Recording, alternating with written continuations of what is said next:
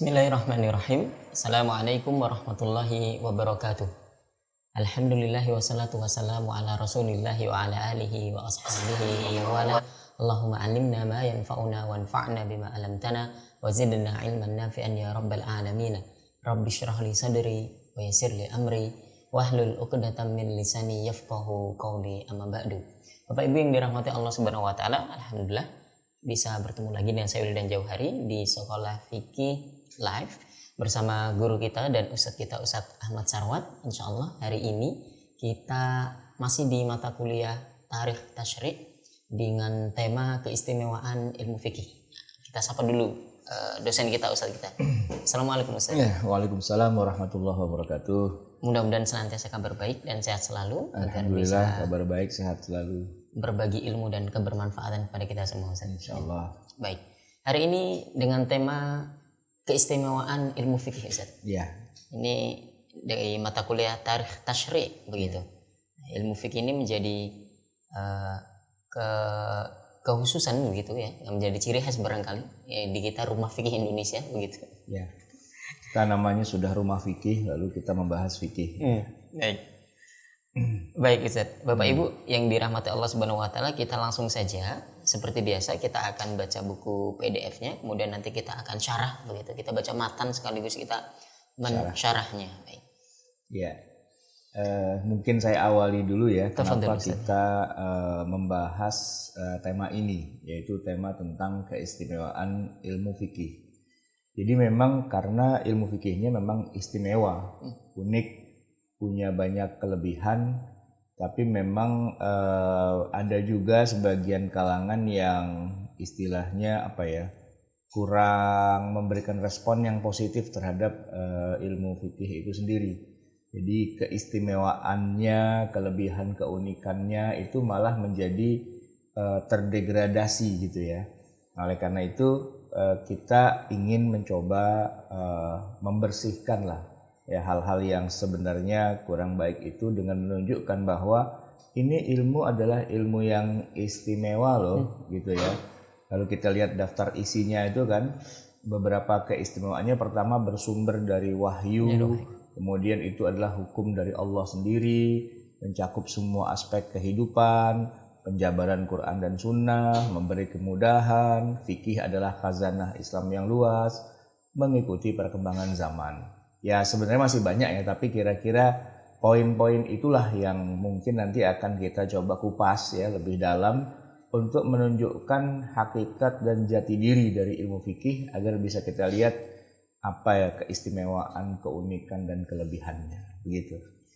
Baik Ustaz, kita langsung saja masuk di keistimewaan ilmu fikih yang pertama, yaitu bersumber dari wahyu. Bersumber dari wahyu. Bismillahirrahmanirrahim. Nabda'u bil qiraah. Ilmu fikih bersumber dari wahyu Allah Subhanahu wa taala dan bukan buatan manusia. Sumbernya itu dari Allah dan sumbernya itu bukan buatan manusia. Ini kita bicara sumber. Ya, namun sayangnya para orientalis banyak mencoba menutupi realita ini. Mereka seringkali menghujamkan tuduhan keji kepada ilmu fikih dan para ulamanya dengan menuduh bahwa ilmu fikih itu tidak lebih sekedar hasil karya manusia biasa, ya, yang hidup jauh sepeninggal Rasulullah SAW dan para sahabat. Lebih jauh mereka bahkan sampai hati mencemooh para penyusun kitab fikih sebagai para penjilat penguasa yang dibayar dengan harga yang pantas untuk melegitimasi kezaliman dan keangkaramurkaan para penindas rakyat. Menurut mereka, kelahiran ilmu fikih baru muncul di masa kehidupan 4 imam madhab, yaitu Al-Imam Abu Hanifah, beliau tahun lahirnya di 70 Hijriah, kemudian wafat 150 Hijriah. Al-Imam Malik 93 sampai 179 Hijriah. Al-Imam Syafi'i 150 sampai 204 204 Hijriah. Dan Al-Imam Ahmad bin Hanbal 164 sampai 241 Hijriah. Ya. Jadi diawali dengan tuduhan para orientalis dulu ya, dalam rangka dia memborbardir, menjatuhkan agama Islam itu. Dia tuduhlah bahwa ilmu fikih itu ilmu karangan para ulama dalam rangka memberi legitimasi kepada para rezim penguasa. Ini kan tuduhan ngawur banget ya. Dibayar untuk memberikan legitimasi para penguasa, begitu kan? Dan mereka mengatakan bahwa ilmu fikih itu kan baru ada setelah 100 atau 200 tahun setelah Hijriyah, begitu. Dengan menyebutkan bahwa para tokohnya itu Abu Hanifah, Imam Malik, Imam Syafi'i, Imam Ahmad bin Hambal itu ya hidupnya di masa-masa itu, jauh dari masa kenabian, dari sahabat, bahkan mereka juga bukan tabi'in, mereka itu sudah lebih kesana lagi, sudah zaman imperialisme, kekuasaan penguasa-penguasa muslim gitu ya, dan mereka tuh cuma jadi istilahnya cuma jadi tukang stempel para penguasa gitu. Nah sayangnya tuduhan ini kemudian, ini kan orang barat nih ya, orang di luar Islam yang menuduh seperti itu kok banyak juga diamini oleh kalangan muslim. Itu dia. Silahkan diterusin. Tuduhan seperti ini sayangnya disenangi oleh banyak mahasiswa muslim yang mendapat beasiswa untuk belajar di negeri para orientalis. Dan tanpa punya rasa kritis dan cemburu sedikit pun, para mahasiswa yang lugu itu pun menjadi pemuja dan pembela pemikiran para orientalis itu. Bahkan membanggakan diri sebagai murid dan kader mereka. Dan yang paling menjadi korban atas tuduhan negatif ini tidak lain adalah umat Islam sendiri, ya, khususnya mereka yang kurang mendapatkan akses terhadap ilmu fikih sejak kecil. Mereka yang baru hijrah dan agak sedikit lebih sadar mendekatkan diri kepada masalah agama. Dahulu mereka sempat melewati masa-masa kurang akses terhadap ilmu agama, ya. Mereka inilah yang paling banyak menjadi korban karena mendapatkan informasi sepotong-sepotong dan tidak utuh, ya, bisa menangkap sepintas kilas saja.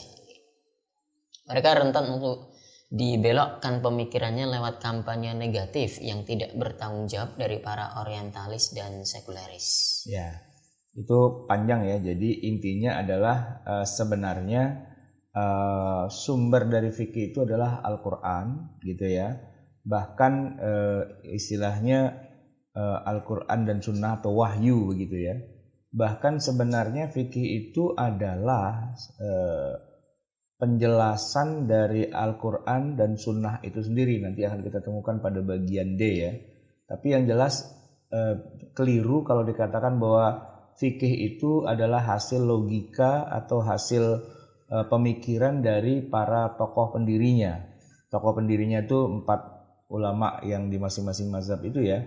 Nah itu mereka sebenarnya adalah bukan yang mengarang ilmu fikih gitu ya.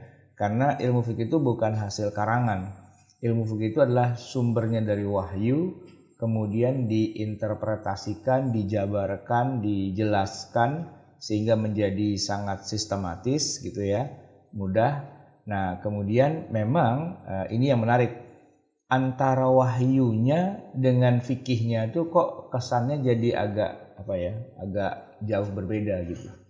Maksudnya begini, kalau kita baca Quran, kita buka urut-urutannya dari surat Al-Baqarah, surat Al-Fatihah, Al-Baqarah, Ali Imran dan sebagainya, itu kan nggak sistematis gitu ya. Sedangkan kalau kita baca ilmu fikih itu sangat-sangat sistematis gitu. Nah, di situ berarti ada peranan para ulama untuk mensistematisir Al-Quran. Begitu juga mensistematisir hadis. Jadi kalau hadis mungkin beberapa kitab sudah sedikit lebih sistematis gitu ya, walaupun belum lengkap gitu. Misalnya kalau kita baca kitab-kitab hadis yang terkait dengan hadis ahkam. Nah, kitab hadis ahkam sebutlah misalnya Bulughul Maram karya Imam Ibnu Hajar Al-Asqalani, itu sudah lebih sistematis. Hadis-hadis itu dikelompokkan berdasarkan babnya. Mulai dari taharah, sholat, zakat, puasa, haji dan sebagainya sudah lebih sistematis, tapi itu juga bukan fikih. Karena apa? Karena kalau fikih kan bicara tentang hukum gitu kan. Nah, kalau ini baru sumbernya saja. Jadi kita bisa lihat ya, antara Quran, hadis, dua-duanya ini kita anggap sebagai wahyu begitu kan, dengan fikih. Itu bedanya apa di situ? Pertama, sistematikanya. Kalau Quran secara sistematika itu belum terstruktur sebagaimana yang kita kenal dalam ilmu fikih. Nah, ilmu hadis, macam-macam kitab hadis itu, kalau kayak Sahih Bukhari memang enggak disusun berdasarkan ilmu fikih gitu ya. Tapi beberapa kitab hadis yang lain itu memang banyak yang sudah disusun berdasarkan, karena ini kan kalau hadis kan tidak ada ketentuan urut-urutannya. Jadi kan hadis itu cuma petikan-petikan, lalu silahkan para muhadis ketika mau nulis hadis itu dia bikin dengan daftar isi yang kayak gimana gitu kan. Nah, banyak dari mereka yang sudah membuat daftar isinya yang sudah seperti kayak fikih. Tapi tetap yang namanya ilmu hadis atau kitab hadis itu bukanlah kitab fikih. Kenapa? Karena dia cuma bicara sumber-sumbernya saja, yaitu perbuatan atau perkataan Rasulullah SAW, para sahabat, tabi'in gitu. Nah, tetapi apa sih hukumnya? Nah, itu belum dibahas gitu. Nah, kalau ilmu fikih, selain dia sudah sistematis gitu ya, menyebutkan sumbernya Quran dan Sunnah, dan kemudian analisanya serta kesimpulannya. Tambah analisa dan tambah kesimpulan. Nah, itu kitab fikih itu pada dasarnya sudah sesistematis itu gitu kan. Nah, cuma lucunya tadi ini yang sudah bagus kayak gini malah dianggap sebagai tidak bersumber dari Quran dan Sunnah, dianggap sebagai hasil karangan manusia. Itu pun juga digambarkan dengan cara negatif, yaitu ini kan kebutuhannya para penguasa, para rezim saja untuk mempertahankan kekuasaannya, lalu para ulama dianggap sebagai apa istilahnya itu ya tukang stempel aja gitu kan, sebagai orang yang dibayar gitu. Nah, ini keliru dari awal. Nah, jadi sebenarnya keistimewaannya ilmu fikih sebenarnya dia pada dasarnya wahyu juga. Ibarat kata begini ya, kalau kita punya apa namanya televisi gitu ya, televisi. TV itu kan sumbernya TV terestrial ya secara umum. Sumbernya kan dari gelombang yang dipancarkan oleh stasiun TV. Nah, gelombang yang dipancarkan itu harus ditangkap pakai antena, gitu kan. Nah, antena lalu baru masuk ke dalam pesawat TV-nya. Di pesawat TV tergantung TV-nya. Kalau TV hitam putih ya gambarnya hitam putih. Tapi kalau TV-nya berwarna ya berwarna gitu kan. Dan kalau TV-nya pakai stereo set yang bagus gitu ya, ya suaranya pun juga bisa menggelegar. Nah, jadi tergantung bagaimana alat untuk menangkap apa namanya gelombang dari siaran TV itu, ya kan? Nah, fikih itu ibaratnya TV-nya itu. Jadi dia menangkap siaran gelombang dari pemancar stasiun TV gitu kan, diterima, kemudian diproses sehingga warnanya jadi muncul, kemudian suaranya juga jadi menggelegar begitu ya.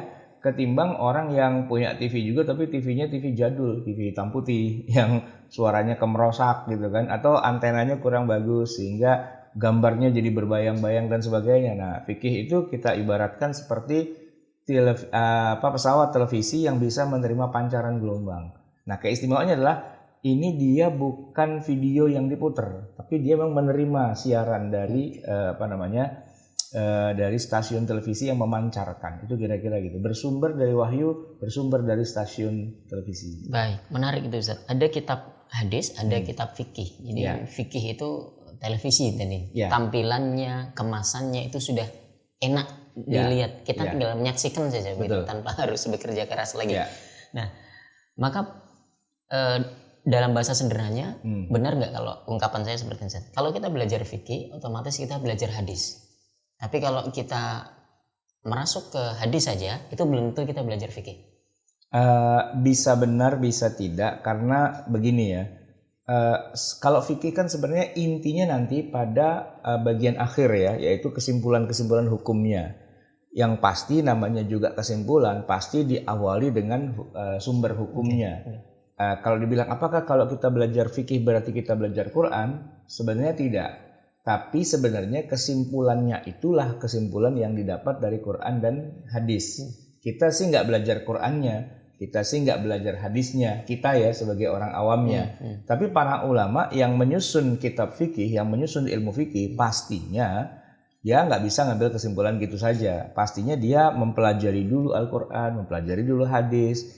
Jadi kalau dibilang apakah kita sudah mengamalkan Quran dan Sunnah dengan pakai ilmu fikih? Iya. Tapi kalau pertanyaannya apakah kita belajar Quran dan Sunnah? Ya tidak. Gitu. Yang kita pelajari fikih. Tapi fikih ini sendiri adalah hasil dari pengupasan terhadap Quran dan Sunnah. Jadi mungkin bisa dibedakan ya. Kalau ditanya belajar Quran dan Sunnahnya tidak gitu, karena belajar fikih itu kita nggak belajar sanad, nggak belajar qiraat, nggak belajar asbabun nuzul gitu kan, kita nggak. Itu menjadi ranahnya para Itu ulama. ranahnya para ulama yang menyusun fikih, Iya. pastinya begitu. Tapi kalau kitanya orang awam, ya berarti kalau kita menguasai Quran, menguasai Sunnah, ya berarti kita ulama juga, berarti kan. Nah, kita kan bukan ulama nih, kita adalah yang end user gitu, kita pengguna akhir. Nah, sebagai end user, ya kita menggunakan produknya saja yang sudah jadi. Prosesnya itu kita serahkan saja sama mereka. Nah, ini dia fitnahnya atau tuduhan kejinya adalah fikih dianggap itu tidak bersumber dari wahyu, tidak dari Quran dan Sunnah, dianggap tuh karangan ulama. Nggak usah lah pakai ulama-ulama, kita langsung pada Quran dan Sunnah. Nah, ini kan biasnya tuh di situ, bias gitu. Kenapa saya bilang bias? Karena apa yang sebenarnya ini ngomong begini, yang ngomong nih orang kafir, orang barat, orang orientalis, menuduh-nuduh kita begitu. Sebagian dari umat Islam kemudian ada yang termakan juga dengan provokasi orang-orang kafir itu dan ikut-ikutan menuduh fikih itu karangan manusia. Kita harus Quran dan Sunnah. Loh, kenapa Anda mengamini kata-kata orang kafir itu? Itu sumbernya orang kafir loh yang bilang begitu. Nah, sedangkan kita ya mengatakan bahwa ilmu fikih itu sumbernya Quran Sunnah, sumbernya wahyu. Dia ada sumbernya, bukan sesuatu yang tiba-tiba dikarang berdiri sendiri seperti itu. Jadi saya ibaratkan tadi seperti ini TV gitu kan, TV itu menerima siaran, dia tidak akan, ini bukan video gitu kan. Kalau video kan kita puter nih file MP4, kita puter apa gitu kan nyala sendiri kan, tidak ada sumbernya.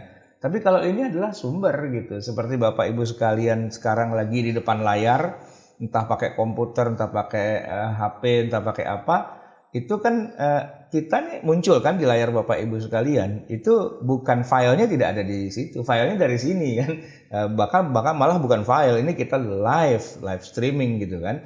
Jadi kalau saya ngomong A di sini ya keluarlah di TV Bapak Ibu, di monitor, di HP itu ya A begitu kan, ada sumbernya, bukan sesuatu yang ngarang begitu. Baik. Oke. Menjadi penting lagi juga kita harus membantah tadi juga tuduhan-tuduhan seperti bahwa fikih itu harus atau fikih itu baru muncul 2 abad setelah generasi sahabat di masa Nabi Muhammad SAW. Kemudian apakah betul fikih itu hanya alat legitimasi saja dari para ulama itu untuk mengamini kezaliman penguasa pada waktu itu? Ini yang menarik. Saya baca lagi Ustaz. Padahal ilmu fikih bukan semata-mata karangan manusia dan kemunculannya juga bukan di masa yang jauh dari Rasulullah SAW hidup. Ilmu fikih tidak punya latar belakang kisah penjilatan kepada para penguasa. Keempat imam madzhab itu tidak ada satupun yang menjadi mufti suatu kerajaan atau menjadi penasehat khalifah tertentu.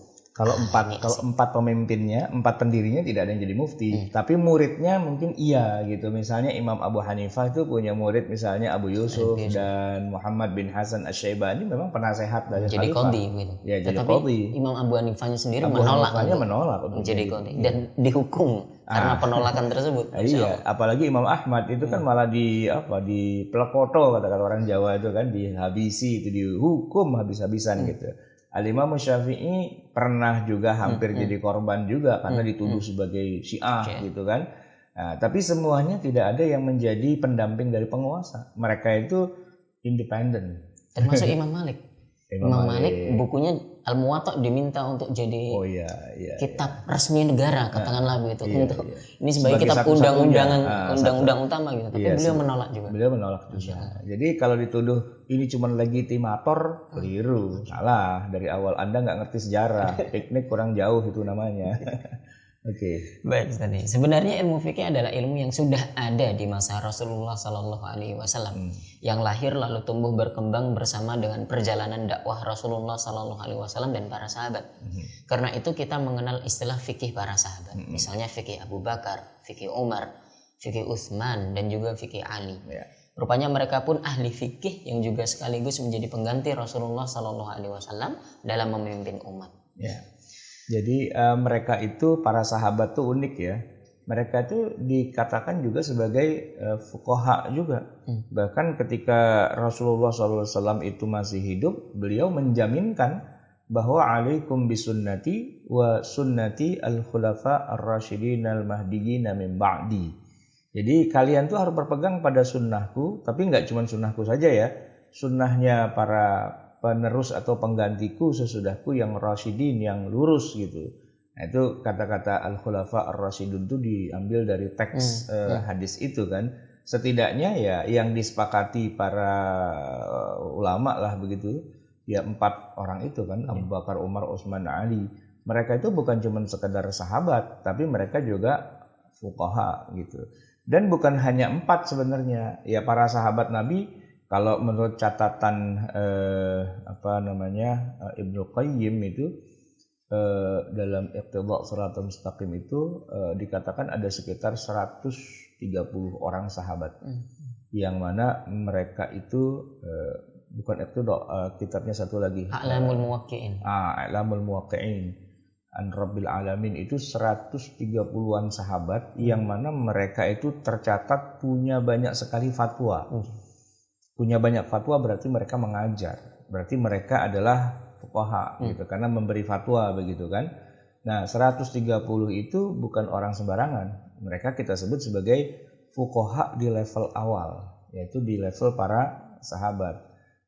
Mereka berijtihad, mereka melakukan istinbat, mereka melakukan banyak proses, hal-hal yang mungkin tidak ada di dalam Quran dan Sunnah dan sebagainya mereka keluarkan.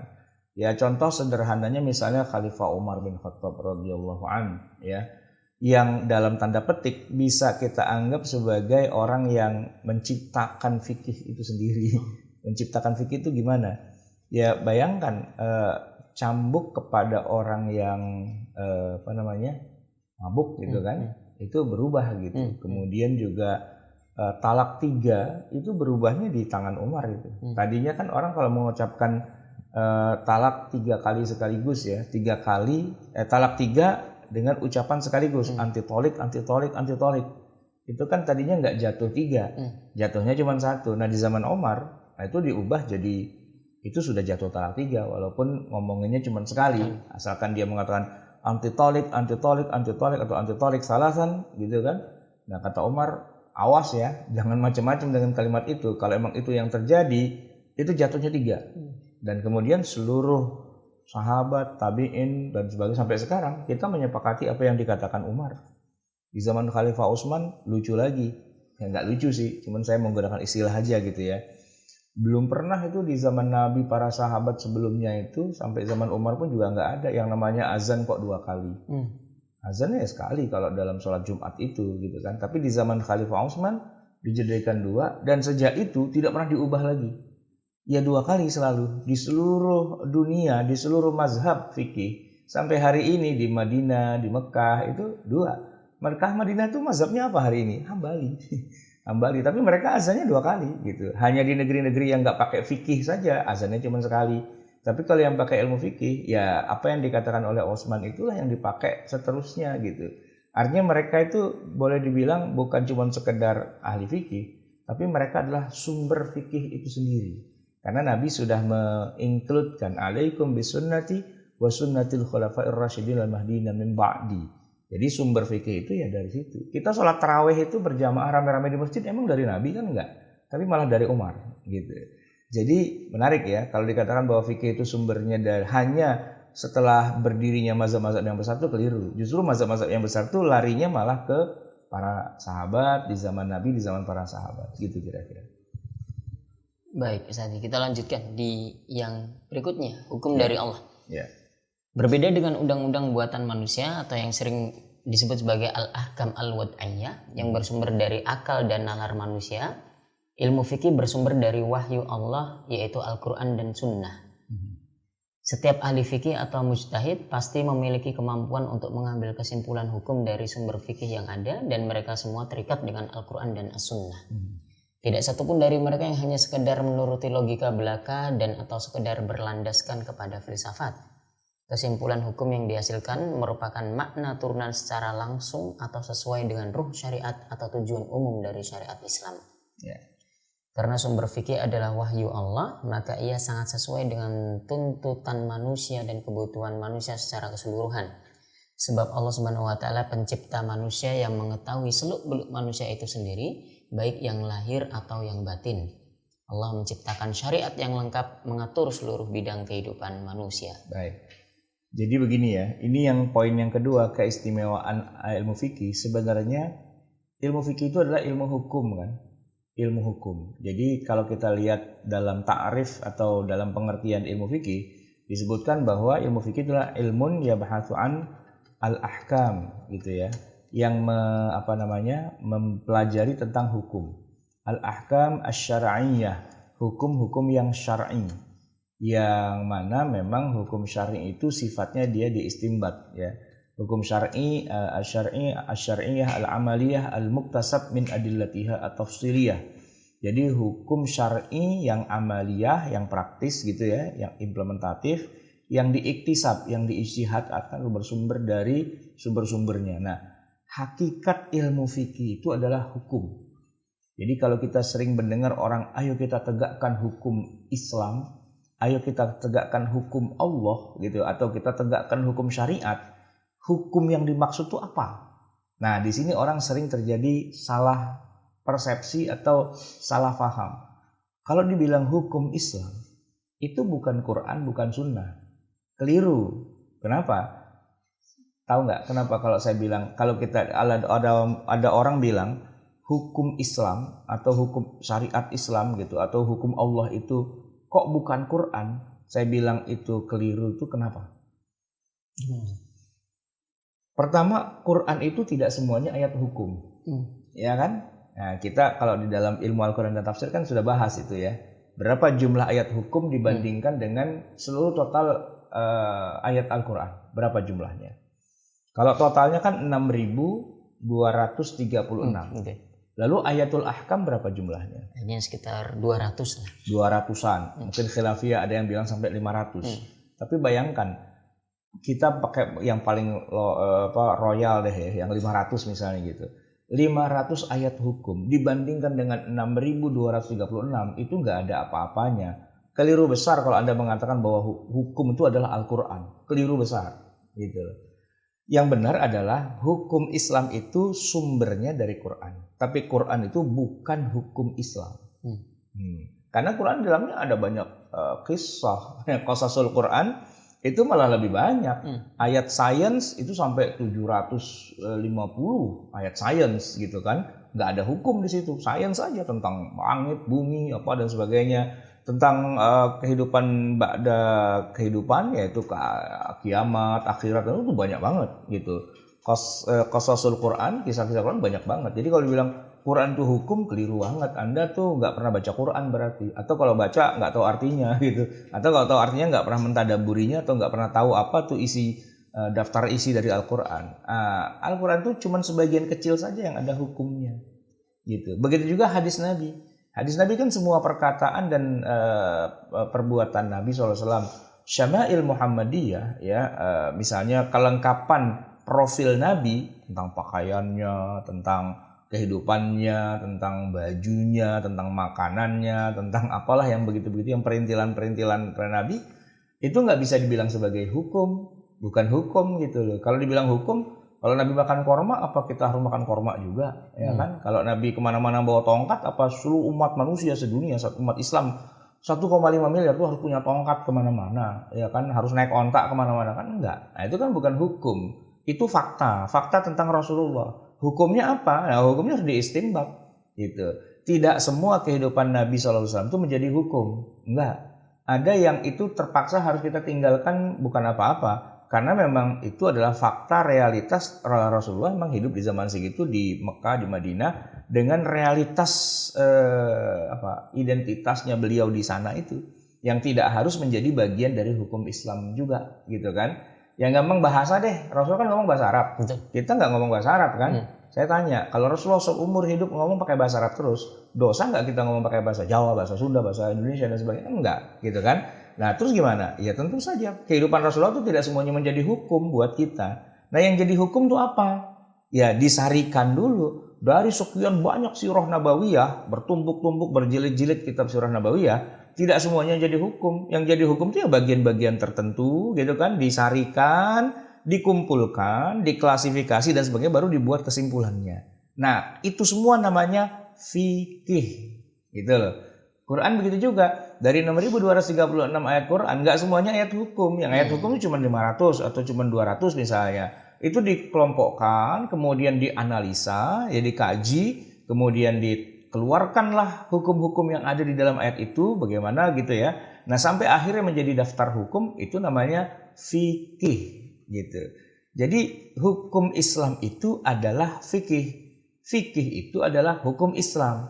Hukum syariah itu adalah fikih. Fikih adalah hukum syariah. Anda itu keliru besar kalau ngomong tegakkan hukum Islam, tapi Anda nggak belajar fikih. Itu bohong besar gitu loh. Terus bilang, enggak, hukum Islam itu Quran. Dari awal udah keliru besar. Hukum Islam itu bukan Quran. Quran itu sumber dari segala macam sumber ilmu pengetahuan. Salah satunya adalah hukum Islam. Tapi dengan porsi cuma 200 ayat dari 6.200, kita nggak bisa bilang bahwa Quran itu adalah hukum gitu.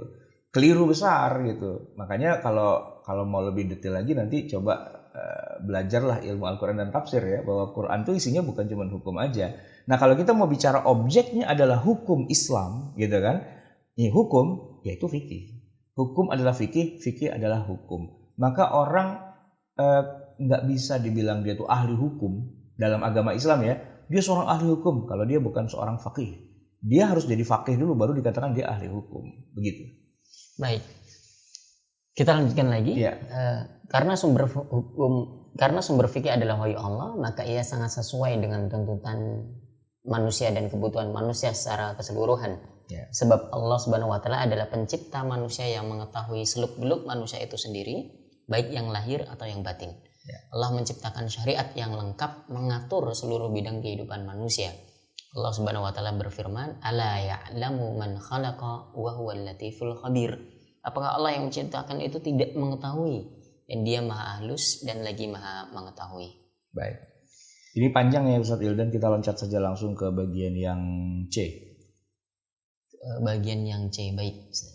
Mencakup semua aspek kehidupan. Ya, ini kan kita lagi ngomongin keistimewaan ilmu fikih. Yang pertama tadi keistimewaannya lah dia langsung bersumber pada wahyu. Bukan ciptaan manusia gitu ya. Kalau yang kedua keistimewaannya adalah dia ini adalah hukum loh gitu. Jadi orang tidak boleh ngomong tentang hukum Islam dan sebagainya kecuali dia harus belajar ilmu fikih gitu. Tidak bisa kemudian menganggap bahwa Quran dan Sunnah adalah hukum. Itu keliru. Yang benar adalah hukum itu adalah fikih dan fikih itu adalah hukum gitu. Anda jangan ngaku-ngaku sebagai ngerti hukum Islam tapi kalau Anda sendiri nggak pernah belajar fikih itu keliru besar gitu. Nah kita yang sekarang ngomong yang ketiga, keistimewaan yang ketiga adalah mencakup semua aspek kehidupan. Jadi ilmu fikih dia hukum tapi hukumnya lengkap gitu. Bukan cuman urusan potong tangan, merajam pezina dan sebagainya, tapi mencakup semua aspek kehidupan. Silakan Ustaz Wildan. Ilmu fikih bisa dibagi menjadi dua bab besar, yaitu ibadah dan muamalah. Ya. Bidang ibadah biasanya terkait dengan ritual-ritual ibadah yang bersifat tauqifi dan ghairu ma'qulil makna. Ya. Dan bidang muamalat biasanya terkait dengan hal-hal yang bersifat ijtihadi dan ma'qulul makna. Ya. Dr. Wahbah Az-Zuhaili membagi hukum-hukum muamalat dibagi-bagi oleh ulama menjadi beberapa bab. Ya, ini yang muamalatnya ya. Oke. Pertama ada al-ahwal asy-syakhsiyah. Ya. Bab ini terkait dengan berbagai masalah keluarga seperti hukum-hukum pernikahan, talak, nasab, nafkah, dan warisan. Ya. Hukum-hukum ini bertujuan mengatur hubungan antara suami istri dan kekerabatan yang lebih dikenal dengan hukum perdata. Jadi ahwalus syakhsiyah itu salah satu dari sekian banyak tema besar dalam ilmu fikih. Ini yang terkait dengan masalah keluarga, mulai dari ya calon pasangan mau nikah itu gimana kan, dari ta'arufnya, dari kemudian khitbah dan sebagainya, termasuk masuk kepada pernikahan itu. Dan di dalam pernikahan nanti ada hubungan antara suami istri itu kayak apa, baik yang terkait dengan nafkah zahir, nafkah batin dan sebagainya. Termasuk nanti kalau ada terjadi hal-hal yang mengurai benang pernikahan itu sendiri, ya kan, dengan talak, ya kan, dan sebagainya. Atau kemudian ada yang meninggal, nanti bagaimana hartanya menjadi waris, menjadi dan sebagainya. Nah itu semua disebut dalam al-ahwal asy-syakhsiyah. Jadi kalau di kita ini disebut dengan istilah hukum perdata. Ini adanya sebenarnya di dalam pengadilan agama, ngomongin ahwalus syakhsiyah. Ini yang muamalahnya ya. Nah, padahal kita bicara tadi bahwa fikih itu terbagi menjadi dua besar. Ada ibadah, ada muamalah gitu kan. Nah ibadah itu kita bicara tentang sholat, zakat, puasa, haji dan sebagainya. Sayangnya, nah ini sayangnya, banyak orang mungkin lupa ya, menganggap bahwa fikih itu cuma urusan tadi ibadah-ibadah doang. Jadi masalah wudu, mandi janabah, tayamum gitu-gitu kan, najis gitu. Kemudian sholat dengan segala macam jenisnya, itu kan memang fikih tapi namanya judulnya fikih ibadah. Kalau boleh saya gambarkan, fikih ibadah itu sering dikaitkan dengan rukun Islam yang 5 itu, yang terkait dengan 5 hal itu, ya kan? Atau sebenarnya juga bukan itu, tapi misalnya yang kaitannya dengan antara kita dengan Allah gitu, hubungannya dengan ritual ibadah sehingga istilahnya itu ghairu ma'qulil makna, tauqifi dan sebagainya. Nah, tetapi yang menarik adalah bahwa ternyata fikih itu bukan hanya hubungan antara manusia dengan Tuhannya, tapi antara manusia dengan manusia. Dan Dr. Wahbah Zuhaili di dalam Al-Fiqhul Islami wa Adillatuhu, beliau membagi kitabnya itu menjadi 7. Ya, ada ahwalus syaksiyah, ahkam madaniyah, ahkamul jinaiyah, ahkam murafa'at, ahkam dusturiyah, ahkam dauliyah. Nah, itu kemudian al-iqtisadiyah wal maliyah, ada 7.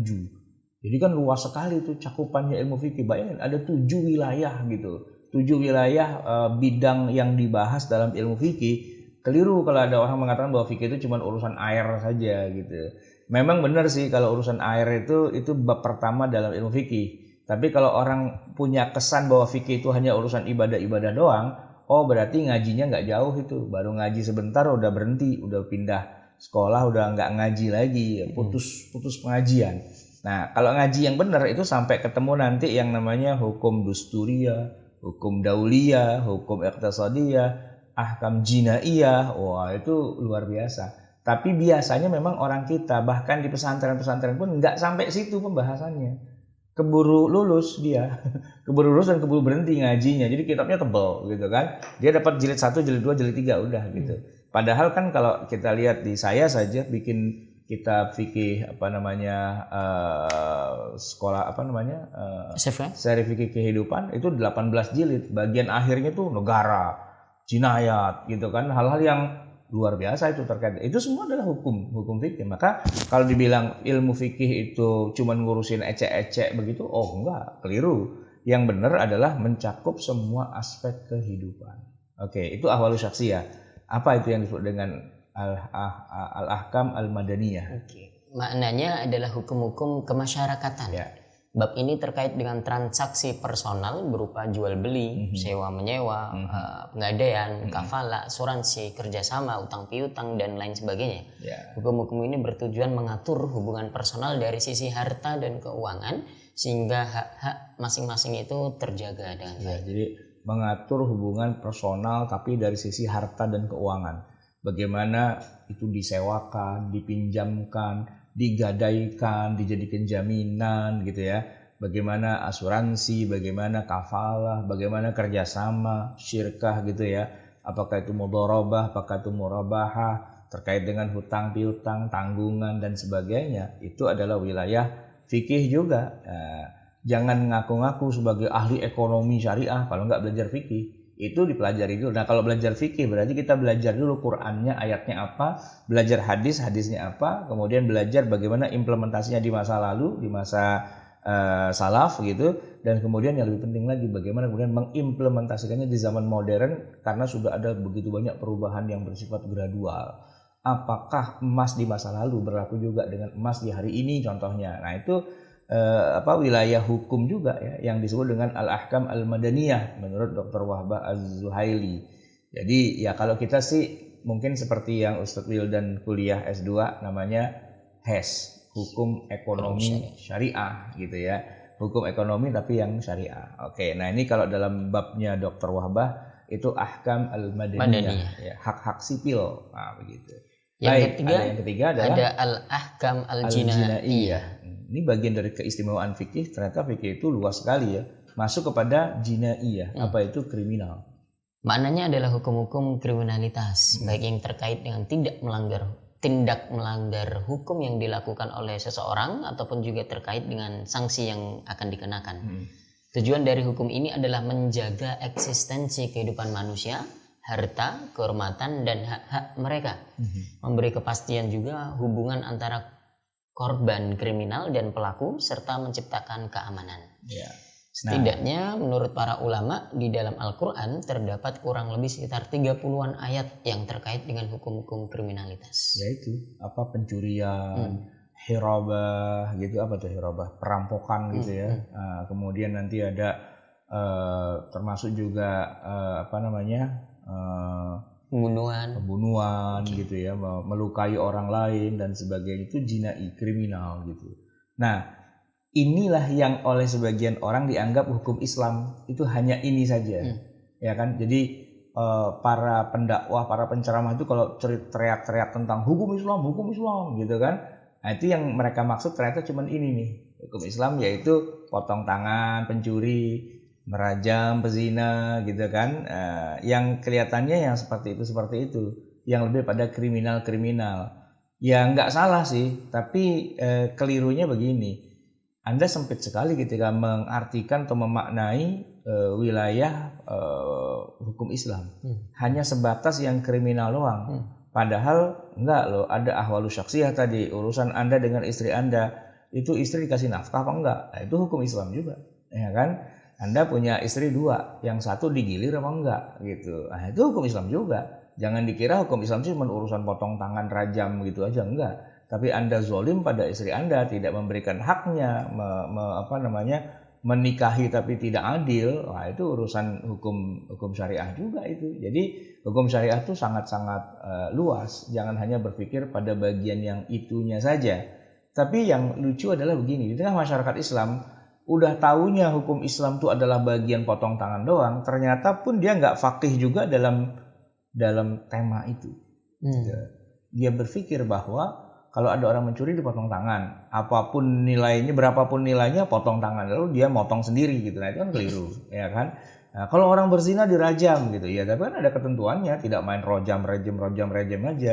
Ya ini karena dia nggak ngerti, terus dia main rajam aja gitu, semaunya dia. Kan Qurannya begitu. Balik lagi, Quran lah yang kemudian dijadikan sebagai alasan, padahal nggak begitu. Padahal semua itu ada SOP-nya, ada ketentuannya. Namanya juga hukum gitu kan. Nah semua itu harus dikuasai dulu. Hukum-hukum jinai, hukum-hukum kriminal memang ada dalam Islam, bahkan ada 30 ayat bicara tentang itu. Tapi bagaimana mengimplementasikannya harus ada yang nomor 4, Ustaz Wildan. Al-ahkam al-murafa'at. Itu penting itu. Apa itu murafa'at? Bab ini terkait dengan hukum-hukum di bidang peradilan seperti tuntutan hukum, persaksian, sumpah, dan lain sebagainya. Tujuannya adalah mengatur prosedur penegakan keadilan antara manusia dengan syariat Islam.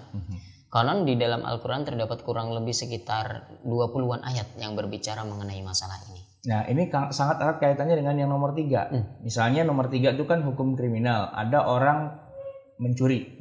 Ya, mencuri sih di dalam Al-Quran disebutkan ya potonglah tangannya. Ya, as-sariqu was-sariqatu gitu ya. Potonglah tangannya. Faqta'u aydiyahuma. Tapi itu nggak bisa dilaksanakan kecuali pakai yang nomor 4 dulu. Ada murafa'at, ada peradilannya. Ada qadha, ada majlisul qadha di mana pencurinya ditangkap, barang buktinya juga dihadirkan, saksinya juga dihadirkan, kemudian ada tuntutan, ada tuduhan gitu kan. Lalu ada qadhi yang kemudian duduk di situ menengahi. Karena boleh jadi orang salah tangkap gitu. Boleh jadi salah tuduh, boleh jadi apa, boleh jadi ternyata memang si pencuri ini mengambil haknya dia sendiri sebenarnya. Karena ternyata yang mencuri itu seorang istri dari harta suaminya. Nah, kan gitu. Ya kata suaminya, mencuri kau gitu kan. Iya sih memang itu harta suaminya, tapi ingat dia kan istrinya, di mana nafkahnya selama 20 tahun gak pernah diberikan. Nah ini kan harus didudukkan dulu perkaranya, tidak main potong gitu kan. Nah, jadi masalahnya tidak sesederhana itu Ferguson. Nah, gitu loh. Ya jadi ada hukum murafa'at. Apa sih murafa'at itu? Diangkat ke meja hijau. Jadi di meja hijaukan. Jadi hukum-hukum kriminalitas yang ada di Quran itu tidak bisa dieksekusi kecuali eksekusinya setelah lewat meja hijau. Jadi ahkamul qadha itu penting. Siapa orang yang bisa jadi saksi, ya, bagaimana hukumnya sumpah, bagaimana namanya hukuman muttaham, orang yang tertuduh, bagaimana orang yang kemudian membela muhami gitu kan. Itu semua ada ketentuannya. Karena itu hukum. Jadi hukum itu bukan Yang penting gue pengen bacok gitu. Enggak bisa begitu. Ada majlisul qadha gitu. Majlisul qadha itu majelis di mana hukum itu kemudian orang dianggap sama di depan mata hukum kan. An-nasu sawasiyatun ka asnanil musht. Gitu. Manusia itu rata gitu. Seperti gigi yang ada pada sisir itu rata di depan hukum ya kayak gitu itu. Tidak bisa orang dituduh kemudian langsung dihukum padahal ternyata tuduhannya kurang tidak ada bukti. Nah, contoh yang menarik itu kan ketika kisah Ali bin Abi Thalib yang berseteru dengan orang Yahudi ya. Di mana Ali kehilangan baju besi, ternyata baju besinya ada di tangan seorang Yahudi. Lalu Ali kemudian bilang, "Balikin baju besi saya." Kata orang Yahudi, "Enak aja, kamu punya bukti dari mana bahwa ini baju kamu? Ini baju saya." Gitu kan. Kata Ali, "Ya sudah kalau gitu kita ke qadhi." Ya, Ali itu khalifah sebenarnya, tapi di wilayah itu dia jadi warga begitu kan dan dibawa kepada pengadilan. Nah, pengadilannya itu adalah hakimnya adalah orang yang Ali angkat sebenarnya. Tapi dalam hal ini, dalam kasus ini, perseteruan antara Ali dengan orang Yahudi itu justru Ali kalah. Kenapa? Karena Ali tidak punya bukti bahwa baju yang dituduhkan itu punya dia itu buktinya nggak ada. Ya istilahnya nggak ada kwitansinya lah gitu atau nggak ada surat-suratnya. Emang zaman segitu sih nggak ada surat-suratnya. Tapi kalau nggak ada harus ada saksi lah. Saksi bahwa yang membenarkan bahwa itu baju yang Anda tuduhkan itu punya Anda, baju besi itu saksinya mana? Kata Ali, saya nggak punya saksi, kecuali saksinya ya anak saya ini. Ali kan punya anak 2 tuh, Hasan apa Husain gitu ya. Nah salah satunya itu mengatakan, oh iya saya jadi saksi. Kata hakimnya apa? Itu anak itu nggak bisa jadi saksi untuk bapaknya, pastilah ngebelain bapaknya. Tidak adil itu dalam hal ini. Jadi akhirnya Ali pulang dengan tangan hampa. Dia tidak bisa meminta baju besi yang sebenarnya baju besinya dia. Ya banyak riwayat kemudian akhirnya si Yahudi itu ya terenyuh menangis dan kemudian mengembalikan baju itu. Wah kalau kayak gini hukum Islam adil banget ya. Nah kayak gitu kan. Jadi tidak mentang-mentang gitu hukum Islam harus tegakkan lalu main sabet aja, main rampas aja, main timpe aja, main tilep aja enggak. Harus ada majlisul qadha gitu. Nah, fikih itu juga bicara tentang majlisul qadha itu kayak gimana? Pengadilan meja hijau. Itu bagian dari fikih juga. Nah, kita kan kalau belajar ilmu fikih kan nggak belajar tuh majlisul qadha, nggak nyampe. Karena baru air keburu Ramadan, libur ya kan. Lebaran balik lagi ke air. Jadi dari air ke air lagi gitu, nggak sampai kepada ahkam murafa'at atau ahkamul qadha gitu kan. Jadi main air terus itu. Main air terus becek gitu lama-lama pilek. Al-ahkam al-murafaat penting supaya orang tidak main hakim sendiri. Ya. Kita lanjut di bagian yang kelima, al-ahkam ad-dusturiyah. Ya. Hukum yang terkait dengan perundang-undangan yang mengatur antara penguasa dan rakyat dan menjelaskan hak dan kewajiban individu dan kelompok. Nah, banyak masyarakat kita itu yang tidak mengerti apa yang dimaksudkan dustur. Dustur itu adalah undang-undang, gitu ya.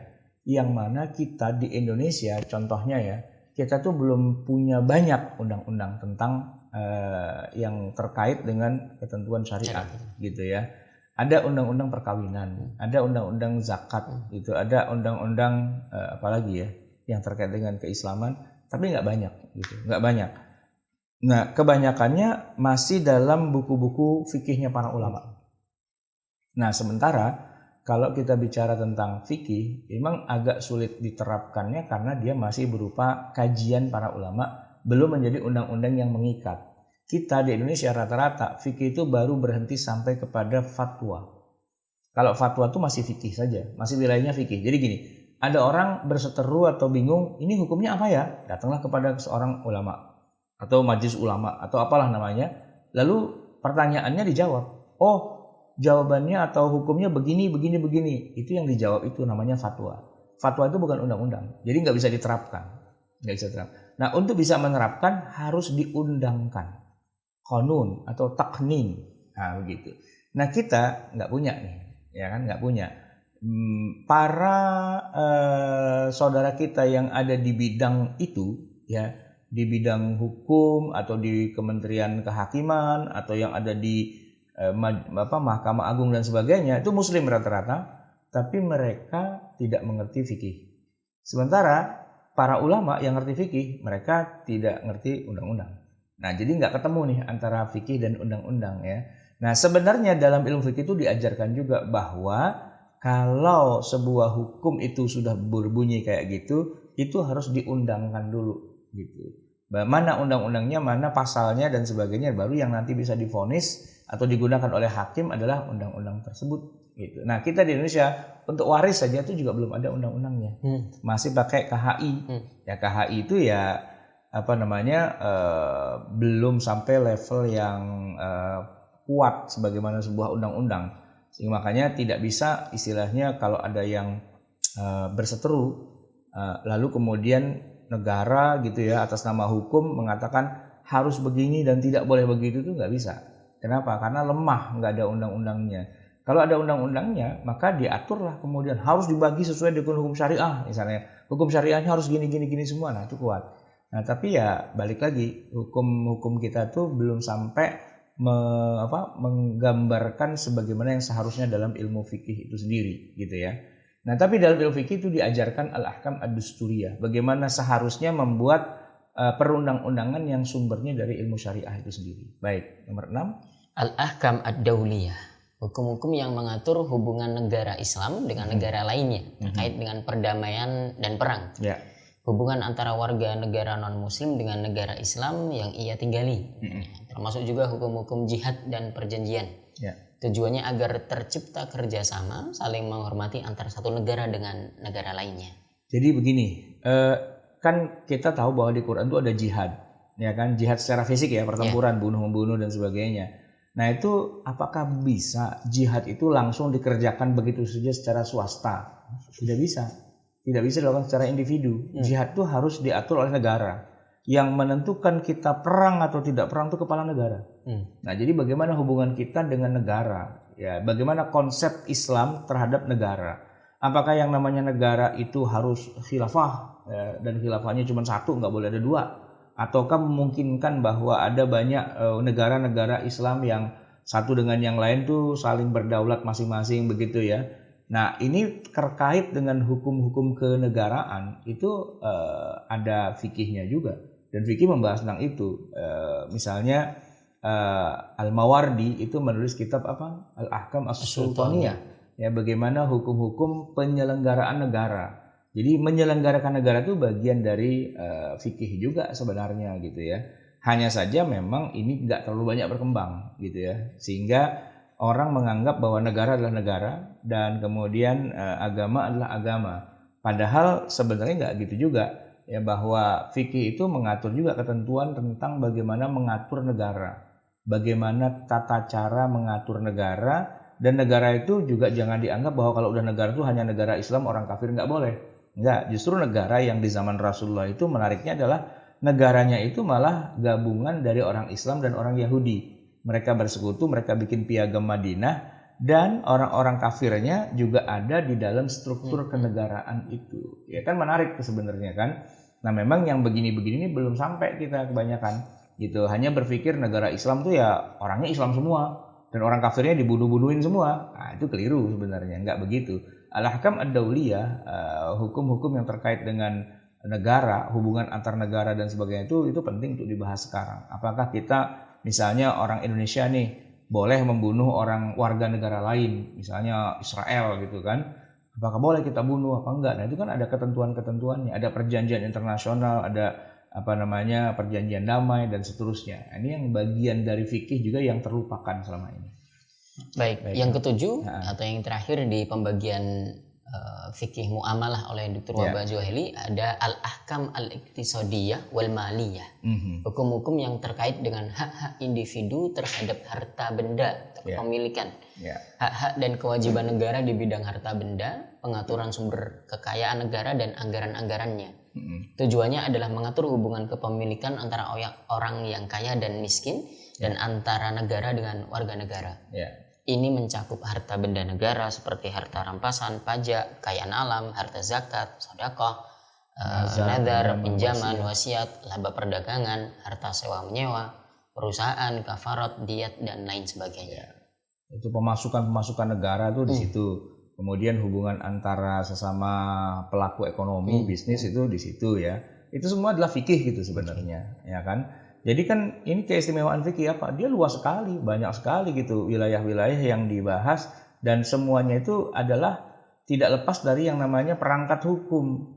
Jadi harus ada undang-undangnya, ada qadhinya gitu, dan segala sesuatunya harus diselesaikan di meja hijau, ada meja hijaunya gitu. Jadi kita bicara tentang sistem Islam gitu ya. Kalau orang mengatakan, "Oh, kita menegakkan sistem Islam." Sistem Islam itu apa? Ya sistem Islam itu ya fikih gitu loh. Nah, tapi selama ini orang keliru memandang fikih bahwa fikih itu cuma urusan main air gitu. Padahal enggak, fikih itu ya sejauh itu. Nah, kita nih kuliah di LIPIA selama 8 semester, kita belajar nih begini-begini semua. Ya memang kalau di semester awal masih becek-becekan air tanah gitu, air dua kulah gitu-gitu kan. Tapi kalau udah semester pertengahan, bahkan yang udah akhir-akhir, kita bicara tentang tentang nazar, tentang perusahaan, tentang apa dan sebagainya gitu ya. Yang mana itu semua adalah bagian utuh dari ilmu fikih. Jadi bicara syariat, bicara fikih. Bicara fikih adalah bicara syariat. Sayangnya sekarang ini beda. Para penganjur penegakan syariah itu nggak ngerti fikih, dan orang yang belajar fikih itu nggak sampai ke sana cakupannya. Padahal sebenarnya itu juga seharusnya. Baik. Kita lanjutkan di keistimewaan fikih yang keempat. Ya. Fikih merupakan penjabaran Quran dan Sunnah. Ya. Nah, salah satu keistimewaan fikih adalah merupakan penjabaran lebih lanjut tentang hukum-hukum yang ada dalam Quran dan Sunnah. Ya. Meskipun suatu masalah tidak disinggung secara eksplisit dalam keduanya, namun dengan adanya ijtihad fikhiyah yang dilakukan oleh para ahlinya, maka apa yang secara eksplisit tidak terdapat dalam teks ternyata tetap bisa terjangkau secara hukum. Ya, jadi gini ya.